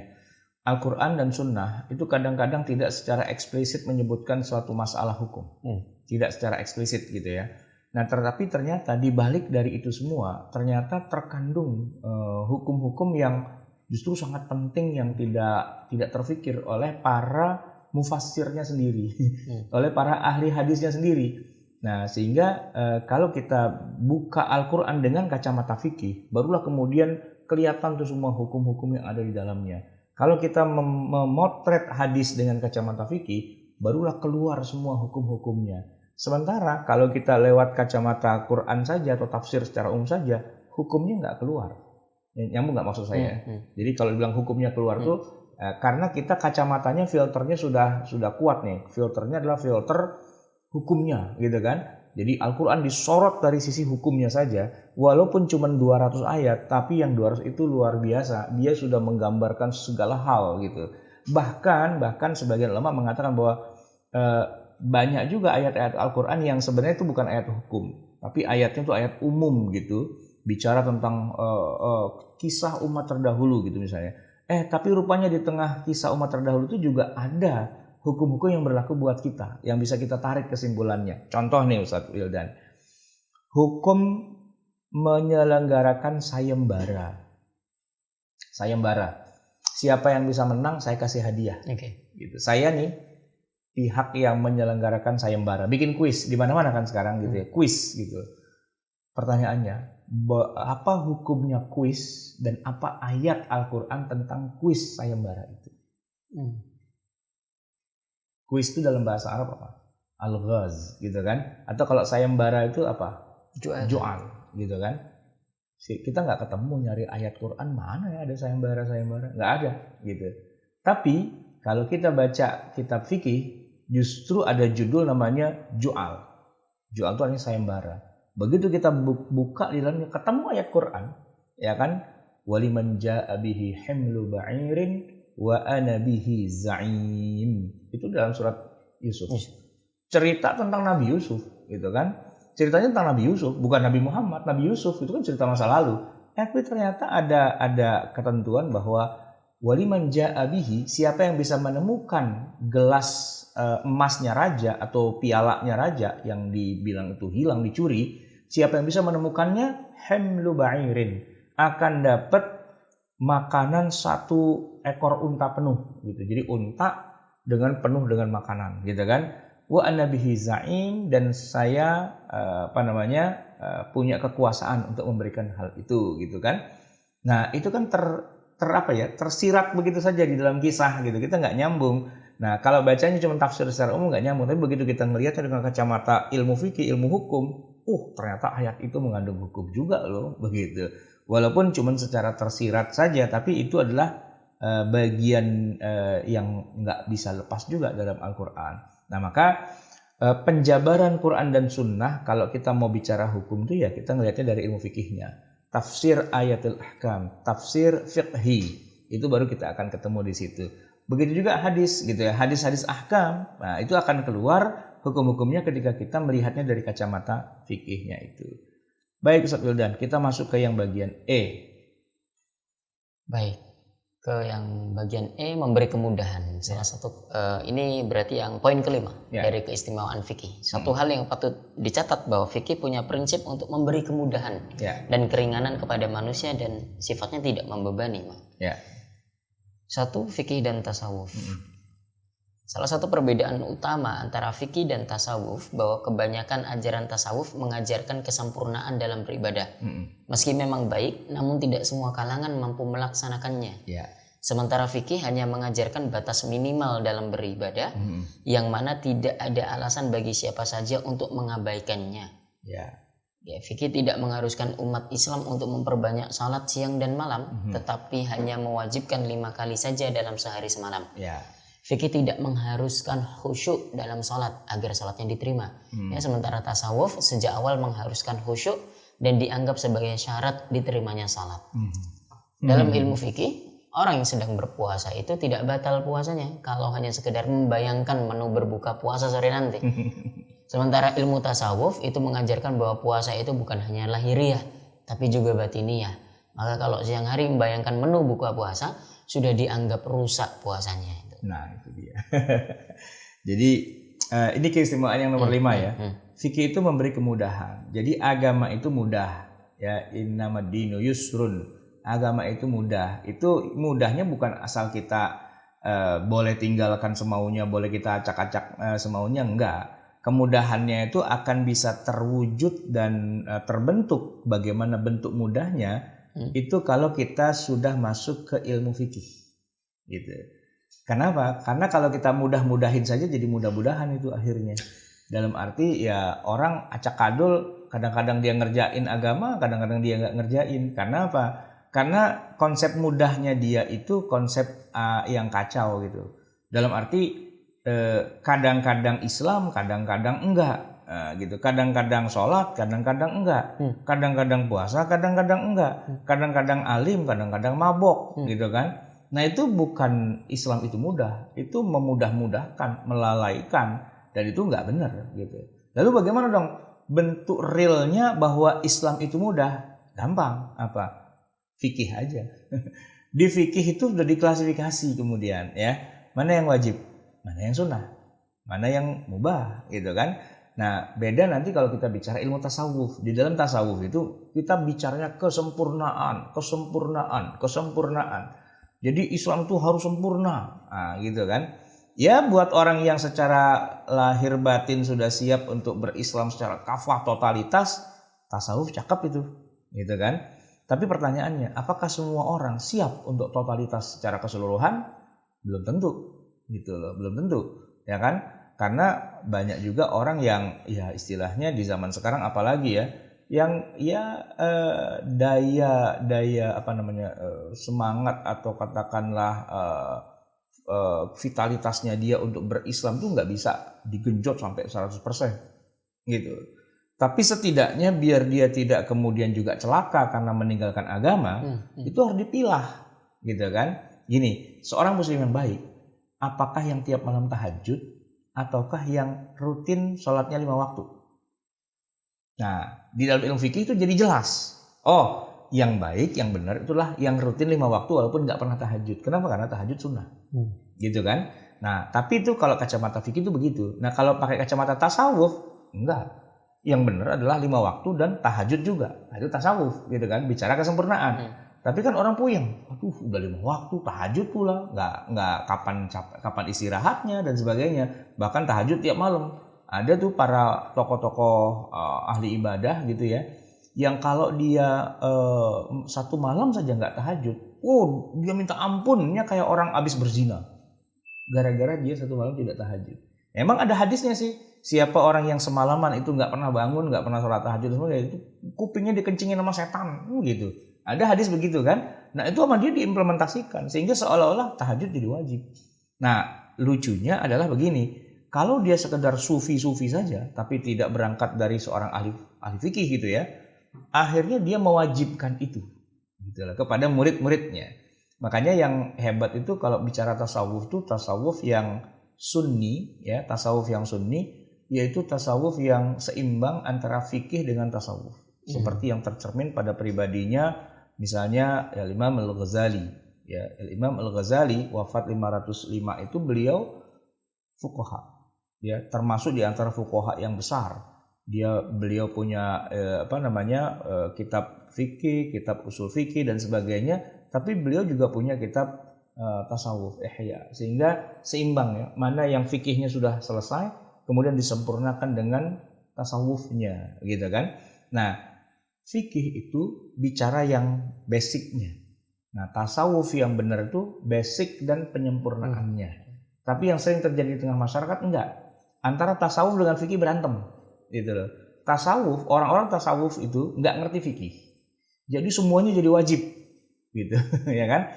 Nah, sementara orang fikihnya justru kurang tasawuf sehingga dia hanya ngerjain yang wajib-wajibnya saja, yang lain tuh ditinggalkan dan disepelekan begitu. Nah, yang benar tuh dua-duanya sebenarnya gitu kan. Nah, kaitannya kita lagi ngomongin ini tentang fikih itu memberi kemudahan adalah bahwa kita ini umat Islam tidak harus seluruhnya sempurna. Tidak harus sampai tasawufnya, tidak harus sampai Senin Kemis harus puasa gitu kan. Terus harus zikir, terus harus berkholwat, harus baca zikir-zikir pagi, petang apa segala macam. Enggak harus gitu loh. Di fikih itu semua kemudian dibuatkan pemilahannya. Ini wajib, jangan ditinggalkan. Ini sunnah, kalaupun nggak dikerjain juga nggak apa-apa. Tapi kalau Anda mau sempurna, Anda kerjain dua-duanya. Di fikih itu dijelaskan dengan detail. Gitu. Dibuat pos-posnya, dibuat prioritas. Ya, makanya kalau di bagian kedua tuh keringanan sesuai porsi. Ya, silakan dibaca. Di dalam Al-Quran, Allah Subhanahu Wa Taala telah menegaskan bahwa Islam itu tidak memberatkan. Yuridullahu bikumul yusra wa la yuridu bikumul usra. Allah menghendaki kemudahan bagimu dan tidak menghendaki kesukaran bagimu. Ini di Quran surat Al-Baqarah ayat 185. Namun keringanan dari Allah Subhanahu Wa Taala itu ada aturan-aturannya sendiri, di mana tidak boleh seseorang itu lantas main atur sendiri berbagai macam keringanan sesuai seleranya. Ketika seseorang sakit dan tidak mampu berdiri untuk sholat, dia dibolehkan sholat sambil duduk. Jika tidak mampu duduk, maka dengan berbaring. Ya, namun kebolehan ini ada syarat dan ketentuannya. Tidak boleh hanya karena alasan macet, lalu kita sholat sambil duduk di jok mobil. Padahal masih sangat memungkinkan untuk turun dan sholat dengan sempurna. Demikian juga dengan keringanan terkait dengan tayamum. Ada aturan dan ketentuannya juga, sehingga tidak setiap saat kita boleh bertayamum seenaknya. Semua ada aturannya. Demikian juga dengan keringanan lainnya seperti sholat qashar, jamak, qadha, dan lain-lain. Juga ada keringanan dalam puasa, zakat, kafarat akibat kesalahan yang dilakukan. Ya. Jadi dengan fikih itu kita bisa ngambil paket hemat gitu ya istilahnya ya, paket minimalis tapi tetap selamat gitu. Sedangkan kalau orang nggak tahu fikih, dia mau bilang bahwa yuridullahu bikumul yusra wa la yuridu bikumul usra, akhirnya dia menggampang-gampangkan. Nah, ini penggampangan yang semaunya ini yang perlu diantisipasi. Nggak boleh begitu ya kan, harus ngambil rukhsah atau keringanan itu harus ada kaidahnya, harus ada SOP-nya, tidak asal main bikin keringanan versi sendiri, nggak benar. Nah, maka justru adanya fikih ini malah jadi keistimewaan. Kalau Anda ingin paket hemat dalam berislam, pakai fikih. Itu udah detail banget, udah jelas banget gitu. Nggak harus yang sempurna banget gitu ya. Nggak harus misalnya, ya sudah minimal pakai fikih lah. Di fikih itu sudah kejawab itu masalahnya, begitu. Kita lanjutkan Ustaz ya, di keistimewaan. Tinggal dua. Keistimewaan lain dari ilmu fikih. Fikih adalah khazanah Islam yang luas, panjang sejarah. Tidak ada referensi dan karangan yang syarat dengan khazanah ilmu dan pemikiran melebihi fikih. Di sana akan ditemui segala macam pandangan ulama dari berbagai madhab dan aliran. Dalam Islam ada 4 aliran fikih besar dan masing-masing madhab itu memiliki riwayat dan pendapat. Baik yang disepakati atau yang diperselisihkan, dan setiap pandangan itu memiliki alasan dan dalilnya masing-masing. Setiap masalah dalam kehidupan manusia seakan tak luput dari pembahasan fikih. Dari masalah yang terkecil sampai masalah-masalah yang sifatnya besar. Jadi ini pengamatan ya. Dari semua kitab kuning yang beredar ya di toko buku, itu memang porsi terbesarnya ya ilmu fikih memang. Karena luas banget gitu kan, sehingga seolah-olah ya tidak ada bagian dari kehidupan yang luput dari kajian ilmu fikih. Karena semua adalah hukumnya apa, pasti begitu kan. Dan ternyata hukumnya apa tuh ada jawabannya. Gitu, ada jawabannya. Sesuatu yang orang masih bingung, itu hukumnya gimana ya? Gitu kan. Kalau orang awam kan masih pasti bertanya gitu, itu hukumnya gimana ya? Jadi kalau kita yang udah belajar ya kita bilang ya banyak, tinggal buka aja kita fikihnya. Mau yang mana, mau yang versi mazhab apa, ada semua gitu. Cuman orang pada bingung karena mereka nggak tahu ada rujukan khazanah keislaman yang seluas itu dalam ilmu fikih gitu kan. Coba mau al-Mawsu'ah al-Fiqhiyah al-Kuwaitiyah 45 jilid ya kan, 45 jilid. Anda mau nanya apa, jawabannya udah ada di situ gitu kan, tinggal rajin nggak nyarinya gitu aja kan. Al-Majmu' Syarah Muhadzab, sekian banyak gitu kan. Nah semua tuh udah ada jawabannya di fikih itu. Jadi memang dia sudah istilahnya melakukan searching ke berbagai macam masalah dan sudah dipetakan semua dan sudah dikasih jawabannya juga dalam ilmu fikih. Sesuatu yang belum bisa langsung terjawab di dalam ilmu-ilmu yang lain, karena ilmu yang lain itu punya keterbatasan gitu ya. Jadi salah satu keistimewaannya adalah fikih adalah khazanah Islam yang sangat luas. Bukunya itu mendominasi gitu kan. Bahkan bukan hanya bukunya, materi kajian pun terdominasi dengan fikih. Terdominasi begini. Saya mungkin pernah cerita di sini.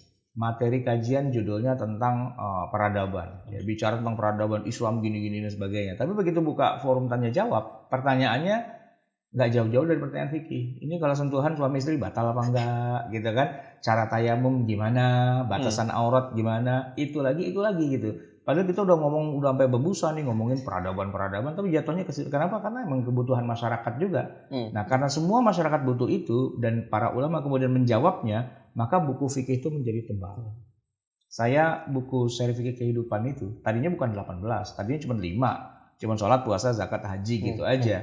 Tapi begitu saya pakai buat ngisi pengajian, pertanyaannya muncul. Nah, pertanyaan itu yang saya catat, kemudian buku yang tadinya cuma 200 halaman bengkak jadi 300, jadi 400, jadi 500. Fikih sholat itu dari cuma 200 menjadi 900 gitu. Kenapa? Karena masailnya itu banyak gitu kan. Nah, setiap masalah dijawab. Nah, itu bagian dari kekayaan khazanah intelektual ilmu fikih gitu. Nah, sesuatu yang kalau dalam ilmu tafsir misalnya, dalam ilmu hadis itu nggak berkembang gitu. Kenapa? Karena kan tidak sesuatu yang sifatnya faktual. Kalau yang namanya misalnya gini, syaratnya hadis sahih dari dulu sampai gini hari, dari zaman Ibnu Shalah ya begitu, sampai hari ini ya begitu, nggak berubah. Syarat hadis sahih karena bicaranya tidak kepada implementasi. Sedangkan kalau fikih implementasi, sesuatu yang belum pernah dipertanyakan oleh orang di zaman dulu kemudian muncul hari ini, karena fenomenanya juga baru muncul hari ini gitu loh. Dulu nggak ada bank, sekarang ada bank. Terus gimana hukumnya bank? Nah, ini fikih kontemporer masih terus berlanjut gitu kan. Walaupun fikih klasik sudah penuh nih database-nya gitu, tapi perkembangan umat manusia hari ini dengan segala fenomena yang terbaru juga butuh jawaban, dan jawabannya jadi tambahan lagi. Ilmu fikih itu nggak ada habisnya pada akhirnya gitu kan. Makanya kita tetap pede saja menamakan lembaga kita ini rumah fikih. Kenapa?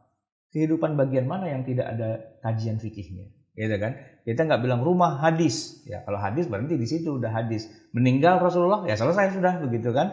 Juga tidak rumah tafsir gitu, enggak. Tapi yang mencakup seluruh kehidupan itu adalah fikih. Makanya judul buku saya adalah seri fikih. Fikih apa nih? Ya fikih kehidupan. Karena seluruh kehidupan kita tuh ada di dalam kerangka fikih itu sendiri. Begitu Ustaz Yoda. Menarik Ustaz. Tadi seri fikih kehidupan jilid ketiga. Sholat. Fikih sholat. Kalau dulu yang belinya itu masih 700 halaman, bisa ditukar nggak yang sekarang jadi 1000 halaman? Oh bisa, silakan aja.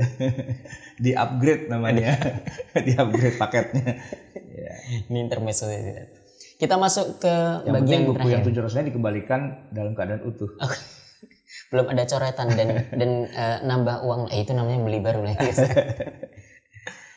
Yang terakhir Ustaz, mengikuti perkembangan zaman, salah satu keistimewaan fikih yang lain ini. Fikih memiliki kaidah yang tidak akan berubah hingga akhir zaman. Seperti kaidah transaksi harus dilakukan saling ridho, pemberian ganti rugi jika ada kerusakan, kemudian pemberantasan kriminal, pemeliharaan hak-hak, tanggung jawab individu juga. Nah, itu kaidah-kaidah yang berlaku hingga akhir zaman. Ya. Sementara fikih yang didasarkan atas qiyas atau masalih mursalah dan adat istiadat bisa berubah sesuai dengan kebutuhan zaman dan kemaslahatan manusia dengan batasan yang tidak bertentangan dengan syariat secara umum. Ya, jadi gini ya, kan zaman tuh berkembang terus, ya kan. Nah, tadi saya katakan bahwa yang namanya fikih itu selalu mengikuti perkembangan zaman karena dia merupakan jawaban atas fenomena yang muncul di tengah masyarakat. Ini hukumnya apa? Sesuatu yang dulu belum ada, misalnya belum ada astronot terbang ke luar angkasa gitu kan. Nah, terus sekarang ada. Nah, ini bagaimana caranya sholat di luar angkasa? Itu kan sesuatu yang baru gitu ya.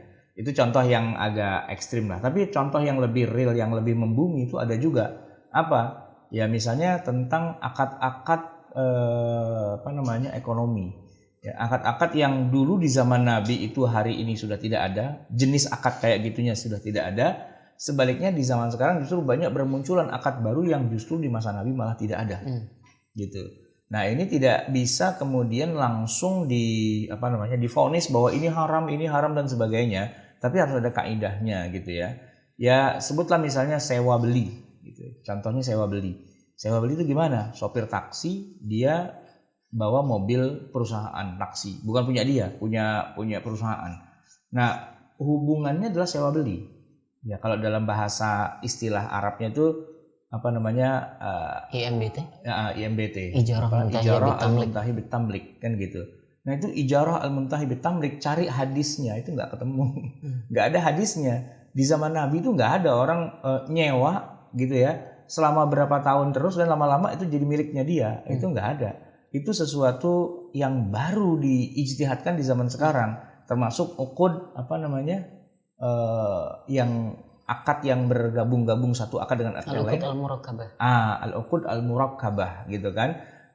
Akad ganda ya kan, murakkabah, yang kalau di zaman Nabi akadnya cuma ada A sendiri dah gitu ya, ada lagi memang akad B tapi berdiri sendiri stand alone gitu kan, ada akad C berdiri sendiri. Nah di zaman sekarang akad A, B dan C itu dijadikan satu bagian utuh gitu kan, uqud murakkabah. Nah itu sesuatu yang baru itu ya kan. Nah di situ dibutuhkan istinbat hukum yang terkini gitu kan. Selain uqud murakkabah juga ada uqud ghairu musamma. Apa itu? Uqud ghairu musamma. Akad yang sama sekali tidak pernah ada di zaman Nabi. Kalau yang tadi kan gabungan gitu kan. Kalau ini enggak, sesuatu yang sama sekali enggak ada. Gitu. Contohnya apa? Nabung di bank. Banknya sendiri di zaman Nabi enggak ada loh, gitu loh. Nah, kemudian kita nabung. Harusnya kalau pakai akad di zaman Nabi ya, nabung itu bisa ada dua kemungkinan. Pertama, kita nitip berarti kan namanya apa? Wadi'ah. Atau yang kedua kita meminjamkan sesuatu kepada dia, kepada orang, qard atau dain atau apa dan sebagainya. Tapi ternyata begitu kita teliti lebih dalam gitu kan, kita telisik lebih sempurna lagi, sebenarnya ini tidak wadi'ah amat gitu, tidak qard amat gitu kan. Dan tidak semua tidak. Ada 25 akad yang bisa kita petakan dari hadis-hadis Nabi, tapi ternyata tidak ada yang cocok satupun dari ke-25 akad itu. Karena ini sesuatu akad yang berdiri sendiri yang baru, yang para ulama kemudian mengatakan uqud ghairu musamma. Nah, akad yang tidak atau belum terpetakan atau belum terdefinisikan berdasarkan apa yang terjadi di masa Rasulullah atau yang berdasarkan sudah ada dalam ilmu fikih selama 1400 tahun lamanya. Sesuatu yang benar-benar baru ya, keluar dari penggorengan gitu, belum pernah ada sebelumnya. Nah ini bagaimana hukumnya? Nah ini kalau kita lihat, oh ini berarti sesuatu yang baru. Nah fikih itu makanya ada fikih kontemporer gitu, untuk menjawab masalah-masalah kekinian yang memang dulunya belum pernah ada. Ini bahkan sesuatu keistimewaan dalam ilmu fikih itu sendiri. Maka orang kalau berpikir bahwa segala sesuatu harus dikaitkan dengan Nabi, harus dengan masa salaf dan sebagainya, itu jadi salah konsep dia gitu. Kenapa? Ya konsep salaf itu cocok di masa salaf, tapi kalau di masa sekarang nggak bisa. Anda mau hidup dengan gaya salaf, sementara orang bertukar barang itu sudah tidak pakai emas, tidak pakai perak, tapi pakai banknote gitu, pakai catatan di bank. bank kemudian mengeluarkan kertas yang dia sebut dengan uang gitu kan, yang kemudian sekarang sudah tidak lagi kertas tapi pakai catatan digital, ya kan, e-money gitu, digital money gitu. Nah itu sama sekali nggak ada kehidupan kayak gitu di masa Rasulullah. Jadi kalau bilang kita harus kembali pada salaf dalam segala hal, lu gimana cara kita bertransaksi? Harus pakai emas, harus pakai perak. Kita datang ke minimarket itu, kita beli barang-barang kebutuhan kita, terus kita ngeluarin koin dinar gitu misalnya, nggak diterima juga, nggak bisa kan? Ya kita harus hidup di masa sekarang dengan realitas masa sekarang. Lalu bagaimana dikaitkan dengan masa Rasulullah? Nah itu kemudian dicarikan benang merahnya. Benang merahnya kemudian analisa hukumnya kayak gimana. Nah semua itu namanya ilmu fikih. Gitu. Jadi nggak bisa kalau masa sekarang tuh dipaksa biar sama dengan masa Rasulullah, nggak nyambung, ya kan, nggak sesuai begitu. Baik Ustaz, kita selesai dari pembahasan buku PDF tentang keistimewaan ilmu fikih. Kita masuk di sesi berikutnya, sesi diskusi. Kalau peserta Zoom ini ada 49 orang Ustaz. Ya. Kalau yang sedang menyaksikan kita di Facebook ada sekitar 100 lebih orang yang menyaksikan. Kalau di YouTube belum saya cek nih yang gitu. Mudah-mudahan ada juga. Oke. Pertama, Bapak Ibu bisa menuliskan pertanyaannya baik yang bergabung melalui Zoom atau yang di Facebook. Silakan nanti mudah-mudahan ada waktu dan saya bisa sampaikan pertanyaannya. Baik, saya mulai dari para peserta di Zoom dulu Ustaz. Ya. Dari Pak Bobi Gunara. Ya. Assalamualaikum Ustaz. Waalaikumsalam warahmatullahi wabarakatuh. Pengelolaan perusahaan bukannya termasuk fikih yang bukan fikih ya Ustaz? Pengelolaan perusahaan. Ya. Begini, kalau seni mengelola dan bagaimana biar dapat keuntungan besarnya, itu fikih yang bukan fikih. Okay. Ya.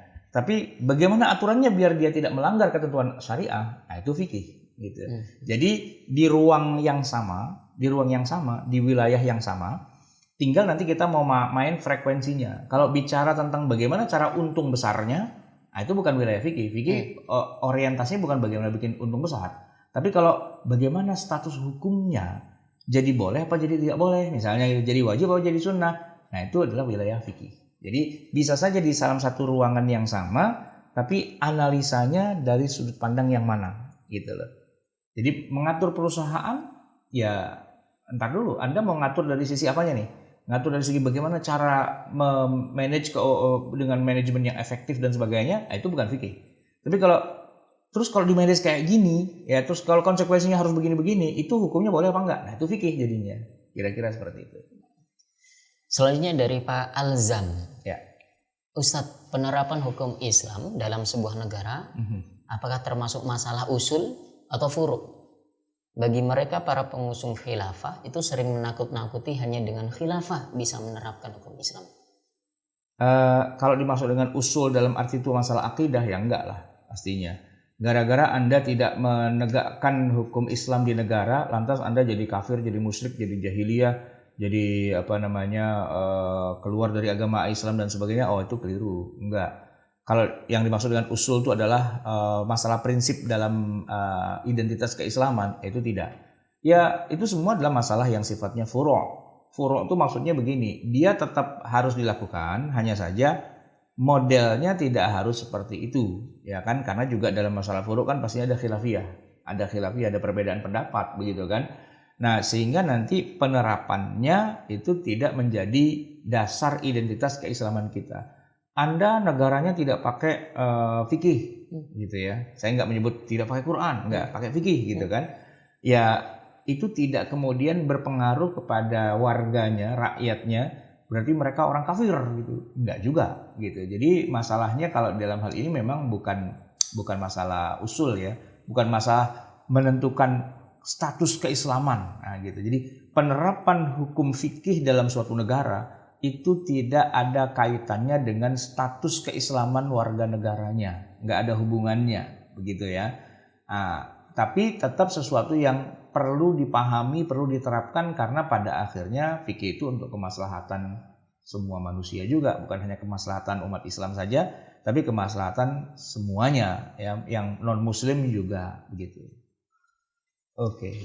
Baik, selanjutnya dari Pak Wawan Sofwan ini. Assalamualaikum Ustaz. Mohon penjelasan mengenai kapan ilmu fikih itu dikurikulumkan menjadi ilmu hukum dengan segala perangkat dan metode istinbatnya. Dan lebih dulu manakah antara ilmu fikih dan ilmu hadis? Karena hari ini kita sering mendengar ceramahnya salah satu ustadz yang membenturkan antara fikih dengan hadis yang dipahaminya. Dengan alasan ucapan Imam Syafi'i yang mengatakan apabila ada pendapatku yang bertentangan dengan hadis, maka tinggalkan. Lahirnya sih boleh dibilang bareng. Jadi ilmu Al-Quran, ilmu hadis, ilmu fikih gitu ya, itu lahirnya bareng, yaitu dari awal, dari masa Rasulullah, dari masa sahabat, dari masa tabi'in, atba'ut tabi'in, kemudian berikutnya nanti imam mazhab dan sebagainya. Itu kalau esensinya itu bareng-bareng. Karena Quran itu di dalamnya juga ada hukum, dan hukumnya ya fikih juga, dan para sahabat sudah melakukan istinbat hukum. Itu kalau secara umum ya itu bareng. Tapi kalau dibicarakan secara lebih teknis nih, kapan ditulis? Nah, itu kapan ditulis menjadi buku, gitu kan? Nah, begini, kalau kapan ditulis jadi buku, ilmu hadis, ilmu fikih juga sebenarnya agak berbarengan juga sebenarnya. Contoh begini ya, buku fikih itu kalau kita cek awal-awal siapa yang nulis gitu ya. Ya, Al-Imam Syafi'i itu punya Al-Hujjah, punya ya kan? Muridnya nanti Al-Muzani itu kemudian membuat Mukhtasar dari mazhab Asy-Syafi'i. Itu boleh dibilang awal-awal, tapi juga sebelumnya Imam Muhammad bin Hasan Asy-Syaibani juga menulis gitu ya. Kemudian Imam muridnya Abu Hanifah juga, Abu Yusuf itu Al-Kharaj juga menulis. Kitab-kitab fikih di masa awal itu sudah ada juga. Tapi berbarengan dengan itu sebelumnya Imam Malik rahimahullah juga sudah menulis kitab Al-Muwatta. Di mana Muwatta itu fikih juga, hadis juga gitu. Jadi kitab fikih juga, kitab hadis juga. Maka saya bisa katakan itu berbarengan kalau yang sifatnya awal-awal begitu ya. Tapi nanti memang ada masa di mana penulisan kitab hadis itu menjadi sedemikian marak gitu. Itu setelah ada Bukhari, ada Muslim, dan seterusnya. Bukhari wafat 256 gitu ya. Nah seterusnya itu mulai menjadi marak, khusus kitab hadis saja. Nah, begitu juga nanti kitab tafsir ya. Kan tafsir itu tadinya masih nyampur antara tafsir bil ma'thur, itu masih nyampur gitu kan. Tapi lama-lama nanti sepanjang sejarah kemudian berubah. Nah jadi kalau pada akhirnya nanti masing-masing berjadi disiplin ilmu sendiri-sendiri, yaitu masing-masing punya sejarahnya. Dimana kadang-kadang dalam satu zaman mereka muncul berbarengan, tapi kadang-kadang di zaman tertentu fikihnya lebih menonjol, hadisnya nggak terlalu, atau nanti hadisnya menonjol, fikihnya nggak terlalu, tapi itu semua terus berjalan sampai hari ini. Nah, orang yang membentur-benturkan antara ilmu hadis dan ilmu fikih, dia nggak ngerti sejarah. Kenapa? Karena para perintis ilmu hadis itu adalah para fuqaha, gitu. Imam Malik tuh dia imam dalam mazhab Maliki. Tapi beliau menulis kitab hadis Al-Muwatta gitu ya. Nah, Al-Imam Syafi'i begitu juga. Beliau memang tidak punya kitab hadis gitu ya.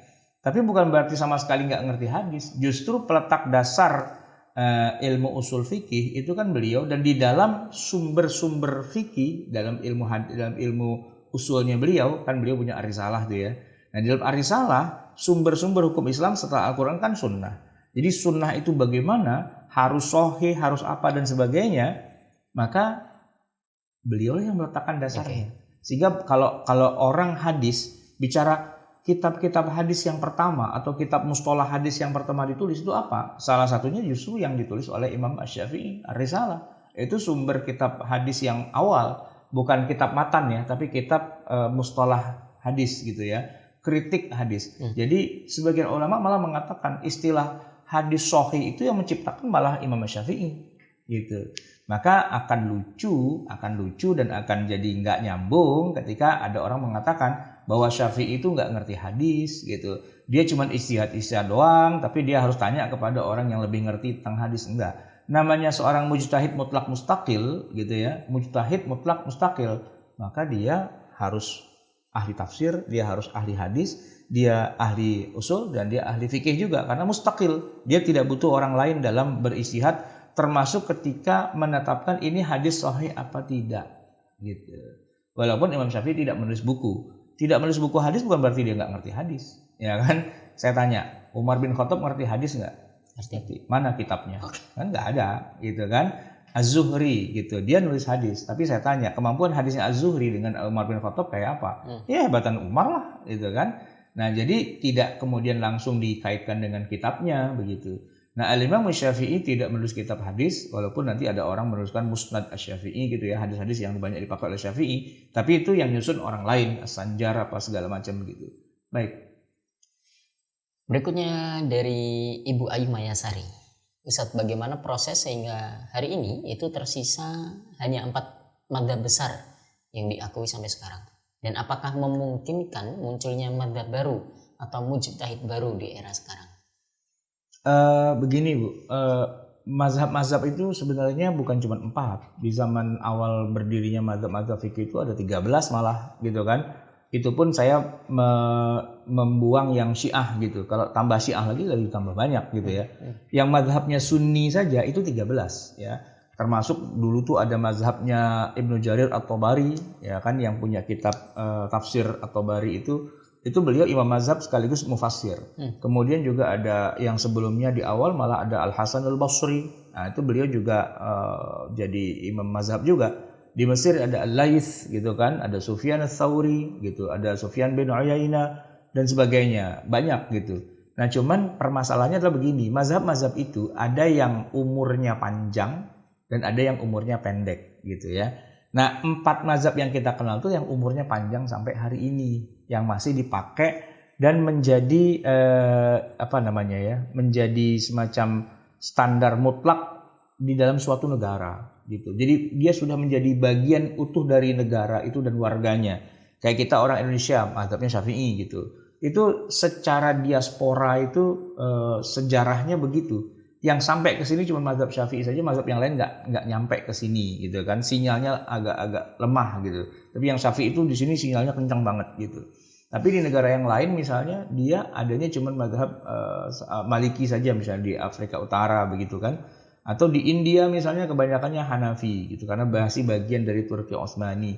Nah, keberadaan mazhab-mazhab itu sesuai dengan sunnah zaman juga gitu ya. Dia tumbuh, dia berkembang, dia mati, dia bubar, dia hilang, dia musnah dan seterusnya. Nah, yang 4 itulah yang sudah melewat seleksi alam gitu kira-kira. Ya, ibaratnya di zaman dinosaurus mati semua tapi kecoa masih hidup gitu misalnya, kan kira-kira kayak gitu. Nah, itu begitu juga. Jadi setelah perjalanan 14 abad yang masih eksis itu ya 4 mazhab itu saja gitu. Tapi sudah ngeblok di negara-negara tertentu. Jadi kalau kita Indonesia ini Syafi'i, ya alhamdulillah kita dapatnya Syafi'i gitu istilahnya kan. Kalau kita mau maksa-maksa belajar mazhab yang lain nggak bisa. Kenapa? Karena di Indonesia sinyal yang lain tuh nggak nyampe. Anda harus pindah dulu ke negara lain untuk mendapatkan sinyal dari mazhab yang berbeda. Baik. Ini banyak salam-salam dari Facebook ini, Ustaz. Oh iya. Cimahi hadir. Cimahi, oke kita absen. Cimahi hadir. Cikampek. Balikpapan. Bandung. Bekasi. Silakan ini. Tangerang hadir. Tangerang. Okay. Masih banyak lagi. Oke, saya ambil satu pertanyaan dari pemirsa di Facebook dari Pak Denny Nur Samsi. Yeah. Adakah metode terbaru dalam kajian ilmu fikih dalam menyelesaikan persoalan-persoalan fikhiyah mutaakhirin? Oh iya, ya justru ilmu fikih sekarang yang sangat krusial itulah ilmu fikih yang modern atau yang muasir. Bagaimana menerjemahkan ya fakta-fakta yang ada di masa Rasulullah sebagai dalil gitu ya, dengan realitas yang ada di zaman sekarang dengan cerdas, cermat. Ini bukan acara di TV ya, cerdas cermat. Tapi maksudnya cerdas itu artinya nggak gegabah gitu, nggak mentang-mentang Nabi pakai ontak sekarang pakai ontak, itu nggak cerdas gitu loh. Nabi pakai anak panah sekarang pakai anak panah, itu nggak cerdas gitu loh. Karena intinya tuh bukan di situ kan. Kalau Nabi pakai anak panah ya dulu teknologinya panah. Kalau sekarang ya AK-47 lah gitu, M16 lah kan begitu kan. Ngapain berpanah-panah lagi, ngapain naik ontak lagi? Karena intinya bukan di situ. Itu kurang cerdas dan kurang cermat. Nah fikih itu ya itu mengungkap fakta yang ada di masa Rasulullah ya karena emang itu sumber rujukan, tapi kemudian mengambil sintesanya gitu, mengambil ilatnya untuk diterapkan di masa sekarang. Itu bagaimana? Nah ini yang unik gitu loh. Kalau cuma sekedar mengamalkan hadis apa adanya, silahkan cebok pakai batu gitu loh. Kalau mengamalkan hadis apa adanya, ya silahkanlah Anda minum air mentah. Karena di masa Nabi air tuh nggak ada yang direbus loh. Nggak. Bid'ah itu minum air pakai direbus apa? Harus langsung dari tanah begitu saja diminum. Anda minum susu, salah kalau minum susu bubuk. Rasulullah tuh kan sunnahnya minum susu. Susu apa? Susu kambing. Diperes, nggak pakai direbus loh, nggak pakai difermentasi, nggak pakai dikasih warna. Susu coklat, bid'ah gitu. Susu kambing ya kambing beneran. Kambingnya dari situ diperes dan diminum saat itu juga. Bahkan satu gelas diminum rame-rame. Itu faktanya kan begitu. Nah, bagaimana kemudian kita mengimplementasikan fakta itu di zaman sekarang? Dengan realitas yang ada di zaman sekarang, tapi tidak kehilangan isinya gitu, esensinya itu nggak hilang. Fenomenanya nggak masalah, biarin aja dengan fenomena itu. Tapi yang kita mau ambil itulah esensinya. Ya, esensinya itu yang bisa kita terapkan di zaman sekarang dengan cara pemahaman yang sempurna gitu, bukan yang sepotong-sepotong gitu. Apakah kita sekarang gosok gigi harus pakai kayu arok? Nah, gitu kan? Apakah intinya kayunya ataukah intinya adalah tanziful asnannya? Itu poin penting itu, ya kan? Jangan keliru. Nah, orang banyak sekarang tuh keliru karena dia nggak pakai parameter gitu kan. Hadisnya bunyi begitu, plek blek dipakai di zaman sekarang kayak gitu. Nah, itu kan orang nggak nyambung, nggak sesuai dengan pesannya. Sebenarnya apa sih pesannya? Itu dia nggak menangkap pesannya, gitu. Dia hanya menangkap faktanya saja, dan faktanya yang diaplikasikan. Kadang-kadang kita jadi ketawa sendiri. Ya kenapa? Ya hari gini gitu loh. Buang air besar, nyari padang pasir, lalu ceboknya pakai batu gitu kan. Dan kemudian dia nggak mau pakai air. Kenapa? Karena begitulah faktanya di masa Rasulullah. Ya kan itu kita jadi ketawa sendiri. Ya nggak gitulah. Intinya bukan padang pasirnya.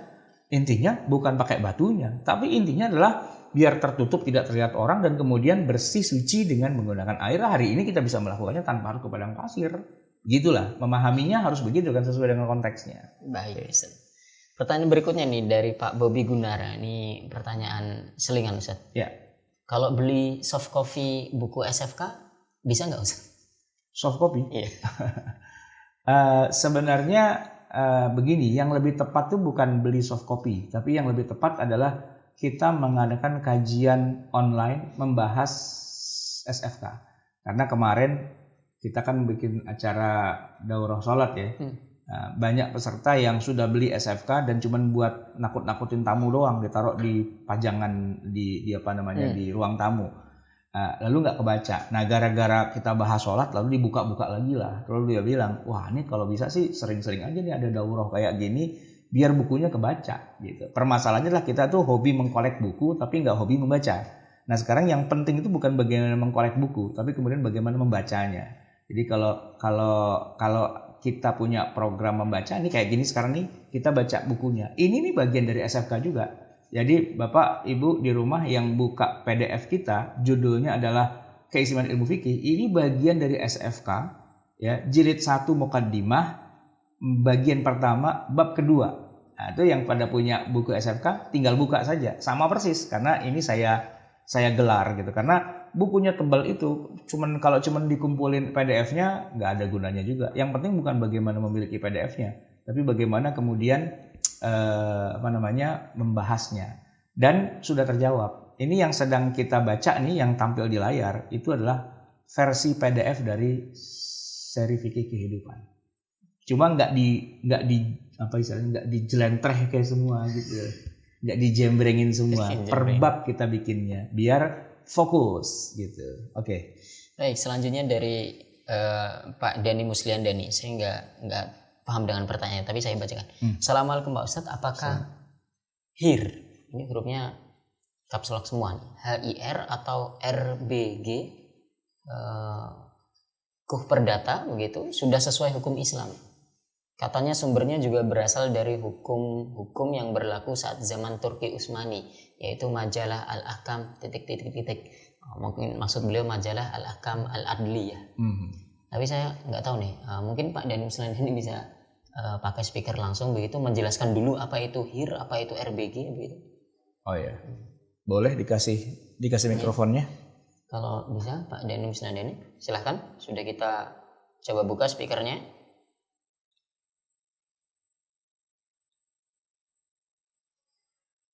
Belum nyambung Ustaz. Baik, kita lompat dulu Ya. sambil nunggu pada dari Pak Didi Supriyadi.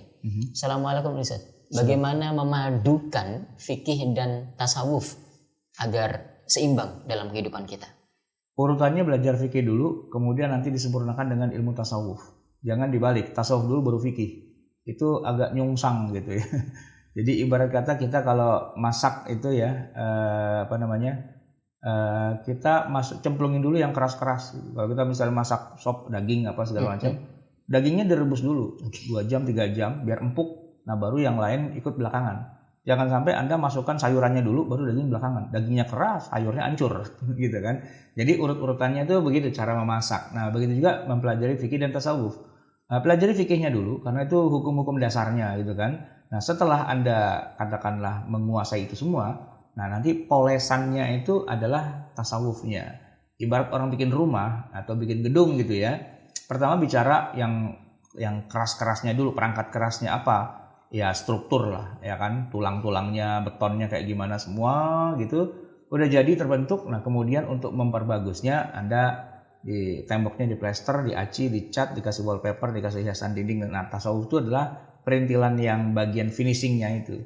Jangan dikira finishing itu gampang ya, enggak. Justru kalau rumah udah terbentuk nih, terus katanya tinggal finishing, itu justru masih separuh perjalanan karena biaya bikin finishingnya lebih mahal. Bisa jadi lebih mahal ya, karena beli mebeler, beli furnitur, beli apa dan sebagainya, wah itu mahal itu, ya kan. Jadi tasawuf gitu juga. Jadi fikih itu bangunan kasarnya, nanti bagian penghalusannya adanya di tasawuf, begitu. Baik, Ustaz.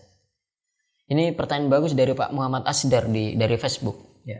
Ustaz, bagaimana cara membedakan satu hadis itu boleh diamalkan secara tekstual begitu saja dan mana yang boleh diamalkan bukan secara tekstual gitu? Kalau kita nggak baca syarah, kita nggak paham. Okay. Baca syarahnya. Di dalam syarah itu dijelaskan bagaimana kemudian kita cara mempraktekkan. Tapi untuk lebih detailnya lagi, bukan di syarah, bacanya di fikih. Gitu. Di fikih itu nanti kita akan ketemu dengan hadis itu. Ini kita fikih nih contoh ya, al-mawsu'ah al-fiqhiyah al-kuwaitiyah gitu, atau al-fiqhul islami wa adilatuhu gitu ya kan. Itu kan ada yang sebuah merupakan software ya. Nah, kalau kita ketemu sebuah hadis, ini gimana ya cara implementasinya? Searching aja di kitab fikih gitu. Nanti akan ketemu bahwa hadis ini disebutkan dalam bab apa dan kemudian hukumnya tuh kayak apa di situ. Nah, jadi jangan dibalik gitu. Kalau kita balik tuh agak susah. Ini hadisnya begini, bagaimana pemahamannya agak susah. Nah, lebih gampangnya adalah buka kitab fikihnya saja langsung gitu kan. Kemudian cari hadis itu di dalam kitab fikih. Nanti implementasi dan cara memahami hadis itu lebih sederhana, lebih jelas gitu dijelaskan dalam, karena udah jadi kalau ilmu fikih itu. Nah, sedangkan kalau kita pakai kitab hadis yang matannya saja, ya kita nggak bisa bedakan. Akan muncul pertanyaan seperti yang Bapak tanyakan, gimana cara bedainnya? Ya karena cuma matan doang, belum ada penjelasan. Anda harus cari dulu ke kitab syarah. Kitab syarah juga kadang-kadang tidak mencarah secara lebih gamblang ini implementasinya kayak gimana ya. Nah, tapi yang udah memastikan cara implementasi dari hadis ini adalah kitab fikih, gitu kan? Maka saya kasih saran, triknya adalah cari hadis itu di kitab fikih malah nanti implementasinya malah langsung keluar itu. Pakai mawsu'ah fiqhiyah kuwaitiyah 45 jilid, masukin keywordnya, nas hadisnya akan keluar tuh di bab apa saja, dan di situ nanti ada penjelasan bahwa ini adalah dalil tentang apa dan implementasinya kayak gini. Dalam ilmu fikih malah lebih konkret istilahnya begitu. Baik Ustadz, saya kira cukup untuk pagi ini Ustadz. Kita sudah hampir jam 7:10 ini. Sudah 2 SKS ya, sudah 100 menit. Oke. Baik, tapi sebelum kita tutup dan nanti Ustadz menutup dengan doa bersama, saya ada beberapa pengumuman Bapak Ibu. Bapak Ibu bisa mengikuti seluruh kajian Rumah Fikih ini, Sekolah Fikih Live ini, baik melalui Zoom langsung bergabung dengan kita.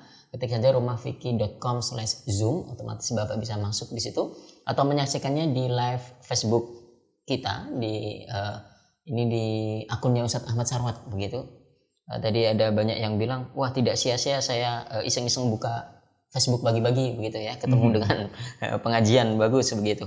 Nah, bisa juga lewat YouTube kita di Rumah Fikih ya, apapun itu media sosialnya Bapak bisa mengikuti kajian-kajian Rumah Fikih, dan jangan lupa juga mampir di rumah digital kami di website rumahfikih.com atau di Facebooknya juga Rumah Fikih Indonesia, kemudian di Instagram juga ada Rumah Fikih Indonesia.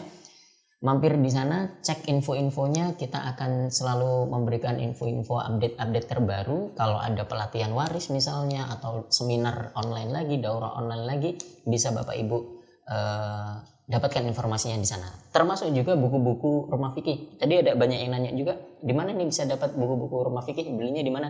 Bapak Ibu cek saja di situ, ketik saja rumahfikih.com/buku.